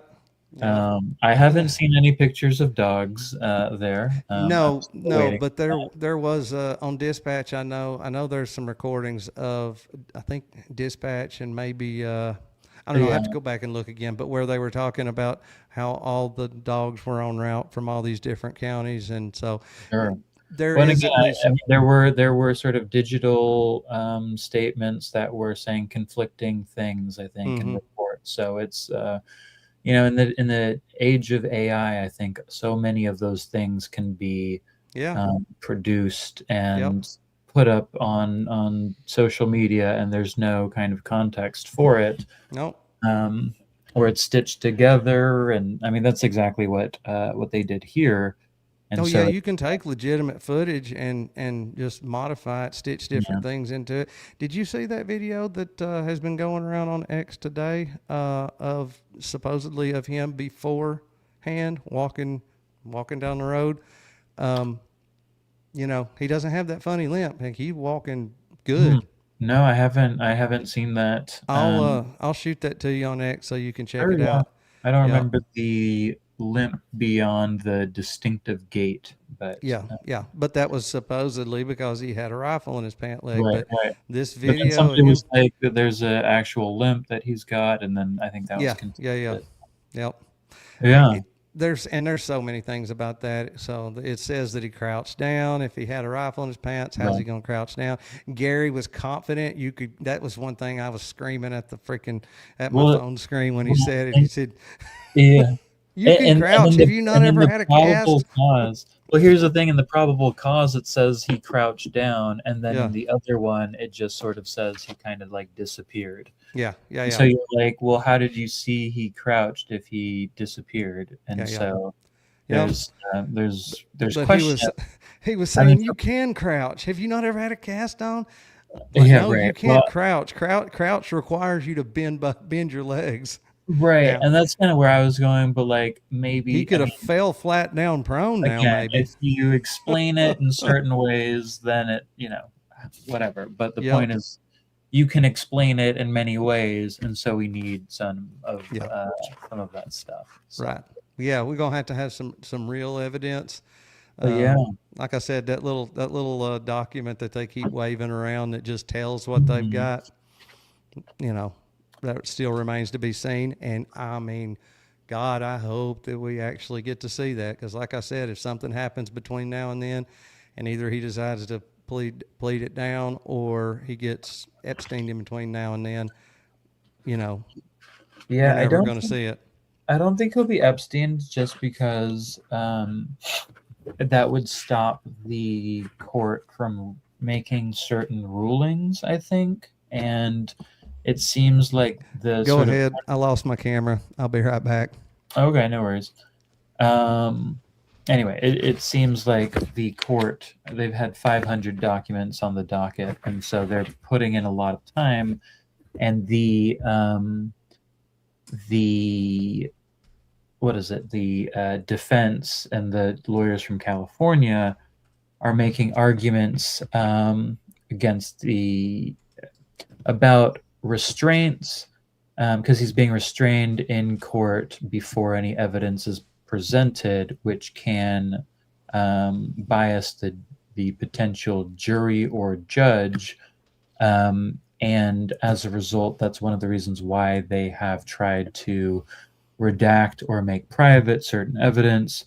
That was one of the reasons why they argued to remove the cameras. The judge said Mm-hmm. it in, but then just predictably, the camera guys always fuck it up Yeah, uh, I've said that before. Like those guys, they're on doing that purpose. shit on purpose. Yes, Right, exactly. absolutely. And then there's always whispering, and they literally zoom in, even Zoom though in every they're time. told not to zoom in.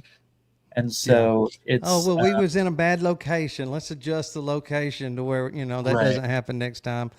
And not only that, right, but there it also seems like the defense is keeping track of all of the um, But I all of the still see. I news, don't but see. also potentially like what's going on X. Yeah. Maybe recording some of these spaces, maybe Well, now look, respond. I know for a fact John Bray has sent them a compilation. I mean, Right. everything that he has done to this to from the get go to present, he has sent directly to. Now, obviously, they Well, and they haven't. probably don't even want it. They're probably like, we don't Right, want right. anything. And that's the whole thing, but he has been sending it regardless. Right. He hasn't got any kind of notification that it was, received and or accepted or any of that. But he's been sending it, and Wow. they're not going to go down those. They're not going to go down those rabbit holes if they don't need to, and they don't need to. I mean, there's enough I mean, holes they're not in the even going to story. review. They're not reviewing anything that isn't pertinent. And so the question is, what is going to be most pertinent that the prosecution is going to do? And they've got 35. They've got 35 exhibits. They've got I think 5 or 10 witnesses that they're intending.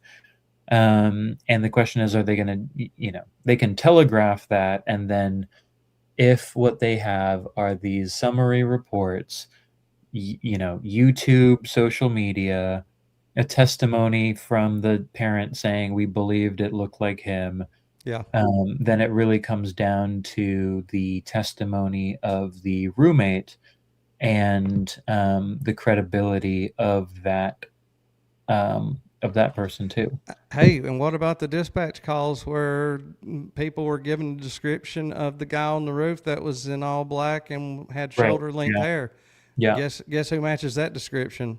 Right. And also in the probable cause, it literally says like the suspect entered the building, I think. So Yeah, people are should see him. It's not like he went around. So right. there's a lot to work with that the defense can do, but also the fact that they're like not doing certain things also kind That's of. what kills me about it, you know. And I don't see any way in the world that having video cameras in there are it's going to hurt the defense. To me, it seems Well, it's like it would definitely going to only hurt the help. defense because you've got a whole bunch of media sort of using that live stream and then using anything to kind of just rip on him. I mean, I get But it, it but I feel can't be like worse than what we've got already. right, right. That's what I was going to say. I see no way that can overpower right now. I mean, I know a lot of people, and they don't even get into the whole, you know, off in the weeds like we're getting, Mm, but and haven't followed it at all, but still mention it, and they're like, "Yeah, no, I don't think that happened." yeah. So Yeah. I just feel like there's enough. I've asked this a couple times. Has the defense, or have any of them even got online since September the 10th? Like, um, I don't think overall people are prejudiced against Tyler Robinson. I mean, the majority of the people don't understand how this story of theirs makes sense. I don't know. I Yeah. could be wrong, but Well, the survey that was done basically said that 75%, and this was just of the county, I believe, 75% had a pretty unfavorable view of Tyler. right. 24% had, I think, either had a favorable or did not have a unfavorable. And I Uh, could see that being there, I guess, you know. Sure, and so the argument was, in the same way that we all have sort of biased media, as the locals there have crazy biased media, Yeah, yeah, yeah. and that's KUTV, Fox, that is, I guess SLC Tribune, maybe, all of this sort of, Deseret probably or Deseret. Mm-hmm. All of these seem to be promoting a narrative which is repeating the prosecution. Right. So, it seems to have an effect, but the argument is, or that the prosecution tried to make was, well, Candace is doing it too. Out of like 100 or 400, 200 people, a couple people said that he was a patsy. So therefore, the conspiracies are taking hold Yeah, and yeah, bias goes both ways. yeah. And Erica is also being defamed, and I get it. therefore, it's okay to still have it in this county, I guess is sort of the. I Because feel they're like wondering where to have it I now. feel So. like there should be a change of venue Yeah, more than no, I anything. mean, I think so. Can I it think happen I to a think different so. state? More than the camera thing. Now I Yeah. get it. You got to figure out a way of keeping the cuffs out of the video or pictures, and you got to keep them from reading their lips. I understand those are valid arguments. Seeing somebody, I mean, obviously that's not the way he's coming in, but you know, if he was to walk in bright orange with leg Mhm. irons and handcuffs, whether you even realize it or not, subconsciously you can be biased.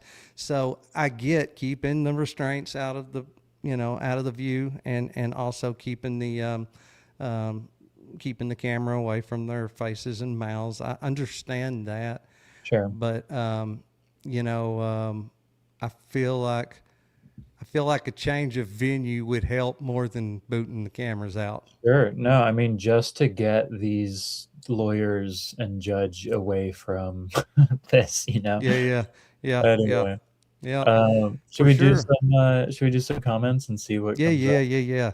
That's what I was Um, just about to say. I love the comments too. yeah, here's one that's, what do you think of Candace's new bombshell about a fold-up AR that can fit Oh in yeah. a backpack? For me, Candace has sort of retracted certain things that she's said before, and then kind of almost like floated out certain things to see if like it'll stick. Mm-hmm. So for instance, she said, shot definitely came from the front, which, but then didn't provide evidence. So I was kind of like, wait, that's important. You should share how you know that, Mm-hmm. and try to share that.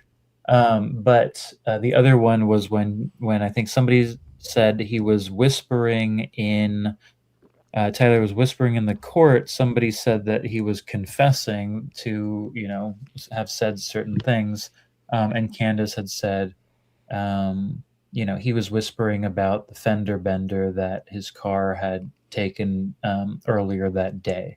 Yeah. And I was just like, does that seem, you know what I mean? So anyway, and then the Corvette thing that sort of went back, and then it seemed like she took kind of Valhalla's thoughts on a frangible round. Anyway, it seems like she kind of backtracks and throws things that I might agree. work. But That's now, my sense. in her defense, though, at least on and whether she knew that at the time or not, I don't know. But she did kind of prove out the whole, ended up proving out the shot or whatever it was came from the front because she had that footage of the back that she had Mhm. screen recorded from Terrell Farnsworth, Mm. that rear footage because from the rear there is nothing. You know what I mean? No blood, no Yeah. nothing. So whether she knew that or had that when she made that Mhm. statement or not, I don't know. But so in her defense, that one she was able to kind of prove. Sure. And she, I mean, I think she has provided, you know, the sort of what her anonymous sources have given her would disprove the official account. Right. So I think that's kind of the issue, and it's also, the case that we all get things wrong. And Mm-hmm. so on the one hand, TPUSA is sort of playing the prosecution, Candace is sort of playing the defense in that public square. Um, it's not a substitute for what's happening in court, but Right. it is uh, interesting seeing how they're related and Yeah. what the possibilities are that come from this. So if she decides that she has come to a conclusion, all right, let's say she's convinced she knows who did it, why and how and everything. At the end of the day, she can't prosecute anybody. That's what you were just meaning by, I'm assuming that's what you meant by, it's not a substitute for, the trial. But at the end of the day, I think, I think that what she's doing is still a good service. I think it's a service. I think that there is a lot of benefit for one, like you said, just proving out the fact that their story's bunk. Um, but if if somehow or another the prosecutors were forced or felt pressured or forced to go and re-investigate, um, they would have to go down a lot of. I mean, at this point, for the public to believe that they did a good, true, thorough, investigation, they would have to go. They'd have to do quite a bit of looking Yeah. into quite a bit of different things. So, And they would um, only they would only investigate that if it was a death penalty. And mm-hmm, so it may be the case that in order to avoid investigating that, they don't make it a death penalty. right, exactly. As one thing I wonder about. There's all kinds. Yeah, they. And that would be part of the plea deal that would also prevent, well, that would be part of the trial, I suppose, but then they can also, plead and not show any of this. Right, right. Yeah, that's what they've got it figured out how to not show what they don't any more than they absolutely have to, and they know how to keep from showing things that they don't want seen. That's for sure. Let's see. Looking at, just let me know if one of them catches your eye. Let's see. There's a lot. There's definitely a lot of back and forth in the chat, though. I love seeing that. Casey Anthony, I see her get wrought up a lot. Someone's saying the guy in the eagle shirt doesn't look like Robinson. Yeah, I think that's, Yeah, if you look anybody at who the says it pictures. does or doesn't, it's going to be a subjective thing, right? And so you could say that, the parents are the most likely people to do it, but you could also say, like, well, they're traumatized and maybe they, had different political leanings, and so therefore, freaked out and based on their trauma, assumed anybody might think the same thing. There's like that way of explaining it. Um, I guess the question is, because it seems to me that the texts are really the thing that's going to link it. And Mm-hmm. so, unless you're just saying, like, the texts were out, the phone was out of his possession because it had been confiscated, and I forget when the warrant. That's what's going to have to be proven out is what happened after 6:25 on the Right, and 11th. so the iPhone, there's a warrant for it on 9/13. Um, there was, you know, Dodge Challenger on 9/12. I think the address on 9/12. iPhone 14 on 9/18. So anyway, so I guess it's a question of, do you believe what you're being told? And I guess all of us would answer no, but then also, like, okay, well, then how can you explain those texts? Either they were planted, either they really were, back and forth between them. In which case, are Tyler and the roommate sort of, staging this in order to, potentially throw people off track, or, so Right. so these are, I mean, figuring out how to explain it. You could do it. You could say, oh, no, they're just having like a furry sexting, back and forth true crime, romance that they're playing out, right? Well, And it's then funny. We've only seen three NSA photos picks of them up him. or something. What's that? I see. It's funny. We've only seen three photos of Lance that I can think of. Mm, One, the original one they posted where he's wearing some type of hood that's got the little right, ears on it right. or what have you, and Mhm. that's the whole basis for the furry thing, as far as I can tell. But Well, I yet, think there's two others. One is like maybe the etchings, because it's like notices bulge, ooh, or something, and that I was mean, said. photos of Lance though. What's that? I'm talking about photos of Lance. Oh, okay, gotcha. Yeah, yeah, that was the one that originally came out where he's wearing that hood Oh, that's yeah, got yeah, like the yeah. little ears on it, Mhm. and There was also, and so I think that comes from the Daily Mail, but it might be New York Post, and it also might be Turkey Tom, who is kind of in the sharing different things. Also, one of the Discord confessions is by like an independent journalist who has a Substack and is not connected to any media. So is that, how legit is that?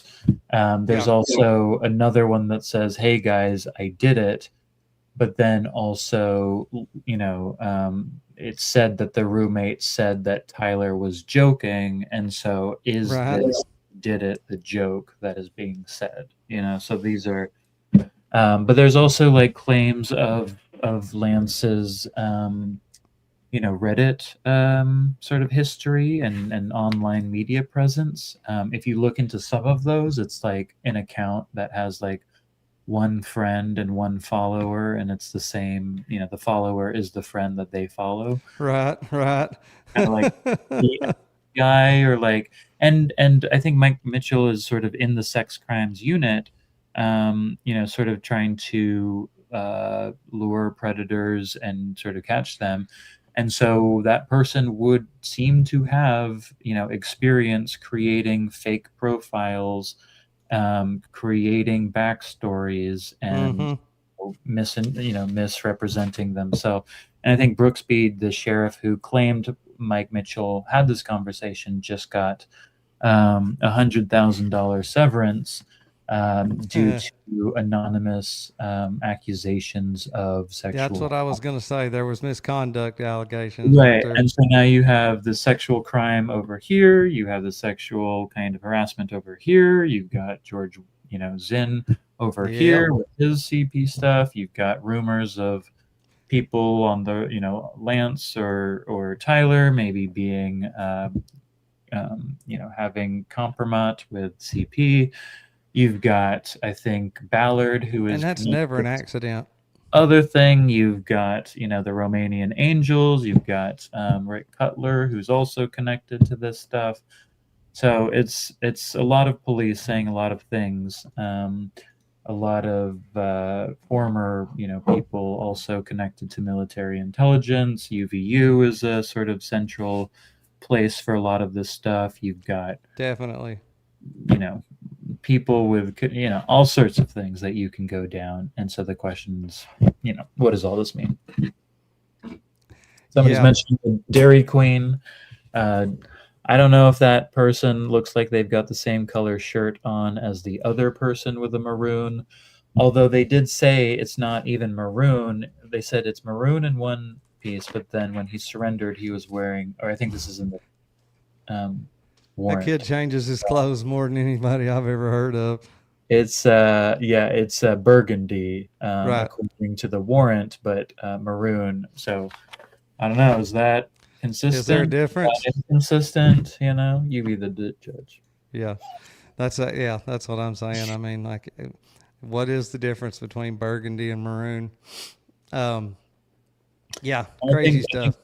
I think Discord came out and said nothing was planned on their Right. site, which was different than there wasn't a confession, but also we're sort of told to believe that like Zealous Monkey is Tyler, and that is based on allegations that are anonymous that were provided to an independent journalist who also gets a whole lot of anonymous people in government leaking stuff to him as well. Yeah, So I mean, and at the end of the day, they should have to prove that I mean, forensically, they should have to forensically prove that out. I mean, like, but they don't need to for a preliminary hearing. no, not for the preliminary. Right, Right. exactly. Which Yep. means we won't see. We're only going to see what we've already been presented with, probably Yeah. um, at the earliest May 18th, but maybe in a few months, right before the election or something. But then beyond that, um, it's who knows how long after that. Well, it's like Crystal was saying in the chat. There's like 3,000 cameras on that campus. Right. So for anybody, like, how hard would you have to try to find footage that shitty? Yeah. You know, that one video that they put out. So it's crazy. It's Mhm. absolutely crazy. Um, Yeah. well, Can I say that? Well, okay. You keep going. no, go ahead, go ahead, go ahead. No, I was yeah, it's a needle in a haystack, right? Like with Mm-hmm. so much footage, right? And it's been alleged by both CNN and anonymous sources, through people who are friendly to Gary, that in the days or weeks before there was somebody on the roof. Mm-hmm. And Yeah. the details on that are very fuzzy, and the person who claimed that said they couldn't remember if they talked to them, they couldn't remember if it was the day before or the week before, they couldn't remember all sorts of things, and one of the days that was alleged was the day that Tyler got sort of graduated from his electronic or electric engineer, not Yeah. engineering, but It was an apprenticeship or something, wasn't it? apprenticeship. Yeah. And anyway, so it ended like literally the week before. And so it's like, cool. If he's just graduated, the first thing he's doing, first of all, it was also like announced 2 or 3 weeks before the event. So, somebody who is like people who are even the fans, like didn't necessarily know, like it doesn't have much time to kind of check that. So anyway, so it's Yeah. just very um anyway, so just to make the point that it was scheduled very quickly, Yes. in Oh, that the was in the another time thing I that was screaming at Gary about when y'all were talking. Yeah. He kept saying about how early it was posted. Right. So 2 weeks. actually, Right. yeah, August 24th, wasn't that the date he said? Hmm. So it was. There was a post that came out that said Charlie Kirk would be coming to Utah Valley University, and it even said that it was going to be an outdoor venue in I don't remember if it said a UVU courtyard or something to that effect, but it just said in a courtyard. There Yeah. are, I believe, four courtyards there, and they all four of them each have different names. Hmm. So if you were planning this out, you would have to know exactly what courtyard to effectively We. plan. So Yeah. he's right in that. Yes, they said that they were doing it at the university, but Hmm. there was no exact location till much closer to time. Right. And if you also kind of look at the documents that were presented that sort of showed when that event was planned, it was an event that was basically planned within a month. Yeah. And Yep. universities do not do that. They typically need events, many, like a Six big months or a event. year. Yeah, exactly. Right. And so here you have it kind of getting streamlined like within a month. And then once it was finally planned at, on the 24th, I think, which is maybe like Thursday or something, it gets, approved, and then you have basically 2 or 3 weeks to kind of do all of the publicity. Um, and even the UVU review or UVU website, I think it was published on like a Facebook post through Mm-hmm. TPUSA, but it Yep. wasn't published on UVU until like the day before. Right. And so Right. you wouldn't even have like UVU students know unless the TPUSA club was kind of doing its, Yeah. Yeah. they were kind of doing it through social medias. But even then, it takes a lot to put an event together, and it looked Oh yeah. like um, Yep. that was pretty well put together. But when yeah, like I said, when he claims there was plenty of time for Tyler to have figured that out, known and then gone out there and figured, made his plan. No, there actually wasn't, because when the place was actually named and the location was actually named and made public was literally right before the event. So it is what it is. I don't know. Yeah, I just and the people who would have known that would be the people on the major event assessment committee that mm-hmm. would involve the fire marshal, although I don't think there was a fire marshal at that time, so it would have gone to the UVU police chief, which I think is Jeff Long. I think he, has a background at BYU graduate, might have also had military intelligence, although I think he was hired by somebody who did have um, military intelligence connections and was also a No doubt. person or something. And so you can sort of think about, okay, so, these people, this person hires this person's connected here, they have this other relationship over here, they're connecting with these people over here. And then you can start to see, or start to rethink like motivation and opportunity and means and And all of was these. this all just fate? you know? Right. Yeah. The fact that he, was shot by a alleged trans aligned Yeah, that's something I person always at the say. exact moment that he's asking. Yeah, exactly. Yes, So but like this is all of something these are really on the nose, yeah, right? In yeah, order to really make sure that Charlie Kirk was assassinated yep, for his political beliefs. yeah. Something And that so I always which talk about is is the aggravating, which is the the aggravating. circumstance that is Yep, causing the death penalty. but they're So always every time you scared of say that. assassination, you are doing the prosecution's work for them Right, on some. right. But that's always they're always really scared of that term. I mean, like look at how many have gone into schools in the past. You know, not to. Yeah, But they'll it's do everything. They will do anything and everything to keep from saying that it's a trans person. Mm. You know what I'm saying? Like they don't want. It's like they don't want you to know that when these shootings happen in the schools, they'll do everything they can to avoid saying it was a trans person that did it. But yet with him, he had barely hit the ground, and reports are going out everywhere, including on Mm. mainstream news, that Mm. he was dating a trans person and that was That's the an interesting way to look at it. Yeah.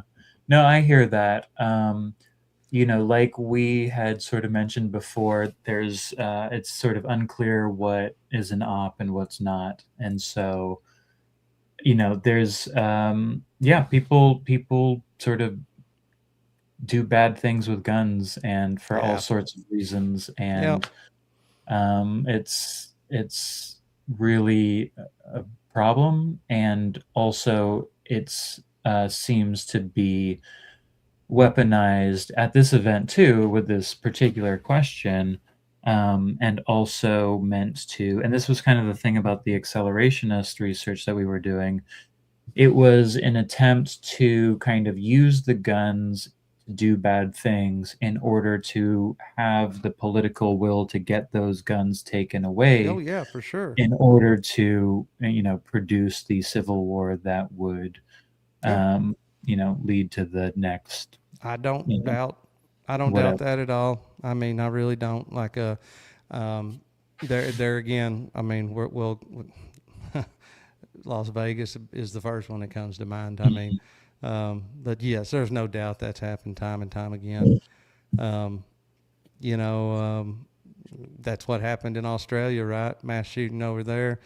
Ain't too Yeah, long. Bondi, I mean, that all to me looked like AI videos that were Right? then added on to each other as people were coming out and saying different things. And then, like, the guy, at the very end, another video sort of came, and it was like a guy taking a handgun shot from an absurd, distance away or something. Yeah. And boom, that was it, and it was like, oh, that's how we're explaining the guy just like randomly falling down, Right. Anyway, so it was, so I don't know, like, but people get offended when you say the wrong event is fake, Uh huh. and and I don't know. So it's you know, so there you go. Yeah. Yeah. Who knows? Yeah. Well, we'll definitely look. We'll definitely have to do this again. There's so much more, obviously, that we could talk about and cover on this. I mean, we barely scratched the surface. I did not say anything ahead of time because I did not know for sure whether he was going to make it or not. But Greg was supposed to hop on here with us for y'all, Greg people in the chat, but he didn't know for sure. He was not able to. I got word right as we were coming on that he wasn't going to be able to. That being said, me and Greg are planning on doing a stream on just like the court hearing the other day and some more of this legal stuff in general. Um, we may, if you're interested, we might could all three jump on and talk about it if you're interested in doing that. Yeah, Um, we'd love to. get Um, you could I'll introduce you to Greg, and he's good people, and yeah, we could we might could do that. I'm not sure exactly yet when we're going to do that, but it'll be here in the next few days probably, so we can be in cool. touch on that. Yeah, Um, definitely let me know. yeah, and then maybe we'll touch on some more of this stuff that we hadn't got to so much, Yeah. so much. Yeah, it's a crazy thing. There's over 500 documents to read through. Some of them are, at least one of them is 285 pages. It keeps going. There's, no stopping. The disinfo is intense. If you're interested in following me, I'm on X. That's kind of where I I was do gonna make sure plug yourself real my good there. thing. Yeah. And X is kind of fun. It's a place to, meet characters, sort of write it out, and have spaces where it can kind of go on and on and on like this, and really Yeah, trying to get, with a bunch of people, sort of a little more, closer to the truth. It can get nasty. It can get, heated, but That's the only it's way to get down to it. yeah, and people are challenging each other's arguments, and it can be personal, and people are invested in this, especially when people are, credibility is on the line and whatever. So, yeah, I've been pretty trying to be open, trying to be respectful of different positions. I, I don't get upset about stuff, or I mean, obviously somebody could push, you know, enough pushing, I guess, enough personal attacks. Maybe I could get upset, but I'm not taking any of this personally. I don't understand Mhm. why some of these folks do. Yeah, I mean, a person may have been murdered by, one person or a nation, or, Mm-hmm. our own government might be doing psyops on us, or, there might be people within the government who are subverting it or using their positions to, impose their beliefs on the rest of us in ways. Regardless of whether this thing was orchestrated by the Mhm. higher powers or not, I can tell you without a doubt it is being taken advantage of, full advantage of it. Yeah, So whether the powers that be that ought not be orchestrated this or not, they have taken, trust me, every little bit they could get out of it. They're still milking it for all it's worth, but they're taking full advantage of it. yeah. Yeah. And on some level, we're sort of feeding into it, I think, with this, and We are, but by I think talking it's about it over and over, just I like think they it's want. better than the alternative. I just do. Yeah, it's So better than sort of not talking about it at there were a all. lot of people a couple of years ago that thought that, well, if it come out on a report from the government, then it's got to be. I mean, it's good. Yeah, and I think that's kind of, that seems to be sort of what the split is now, um, and how that split either gets sort of reconciled, or changes things, or acts as an opportunity to sort of, I guess, retake the government back from the special interests that have put together the machinery over the last decades to get their interests met at the expense of everybody else. Yep. Seems like it's always that way, don't it? Yeah. I don't know. Definitely, we'll have to do this again. I'll get in touch with Greg, and I'll be back in touch with you. And then, as far as the spaces go, a lot of these people in the chat, they just don't deal with X. Either they don't care to, or like there's several of them when I bring up anything X related, they thank me for sharing, but Mm. they're not going to go. They're not going to Sure, go there.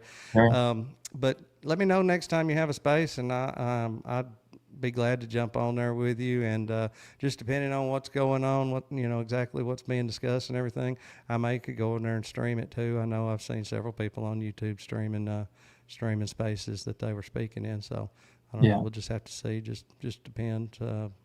Something Yeah, to there's think good about. people with good information, and Yeah. it's not coming from the authorities. So, No. Definitely not coming from official channels. um, but anyway, thank you so much Yeah. for having me. Yeah, it And was good meeting you. Good talking to you. I tell you what, I love these. I just sit down and just talk. I mean, it's the only way to really get anywhere. mhm. Um, I and think your viewers are probably nicer to me than Gary's viewers, but yes, these people in here, trust me, they are good. I don't think there's been a negative comment in the chat. I've yeah. been keeping Well, an eye on. he sort of switched that on me. We were supposed to talk about the Fed slop, and then I think Mm-hmm. he sort of learned my sort of where I was coming, and then an hour before kind of threw that at me. So I was Uh, a little like, all right, but yeah, no. hopefully I sort of went back and forth with him, No and traps here, no ambushes, no none of that. So we're good. Everybody in the chat really appreciated it. There's been lots of thank yous in there. So yeah, we'll do it nice. again too.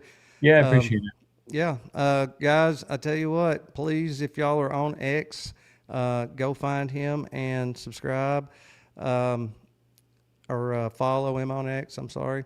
And then I'm on X too, so if y'all want to give me a follow, and of course, if you're not subscribed to the channel, get that way. Make sure you like the video, all that good stuff. We're going to get off here. Buddy, we'll be in touch. And yeah, we'll definitely do it again sometime. Everybody in chat, y'all, good night. Thank y'all for coming out.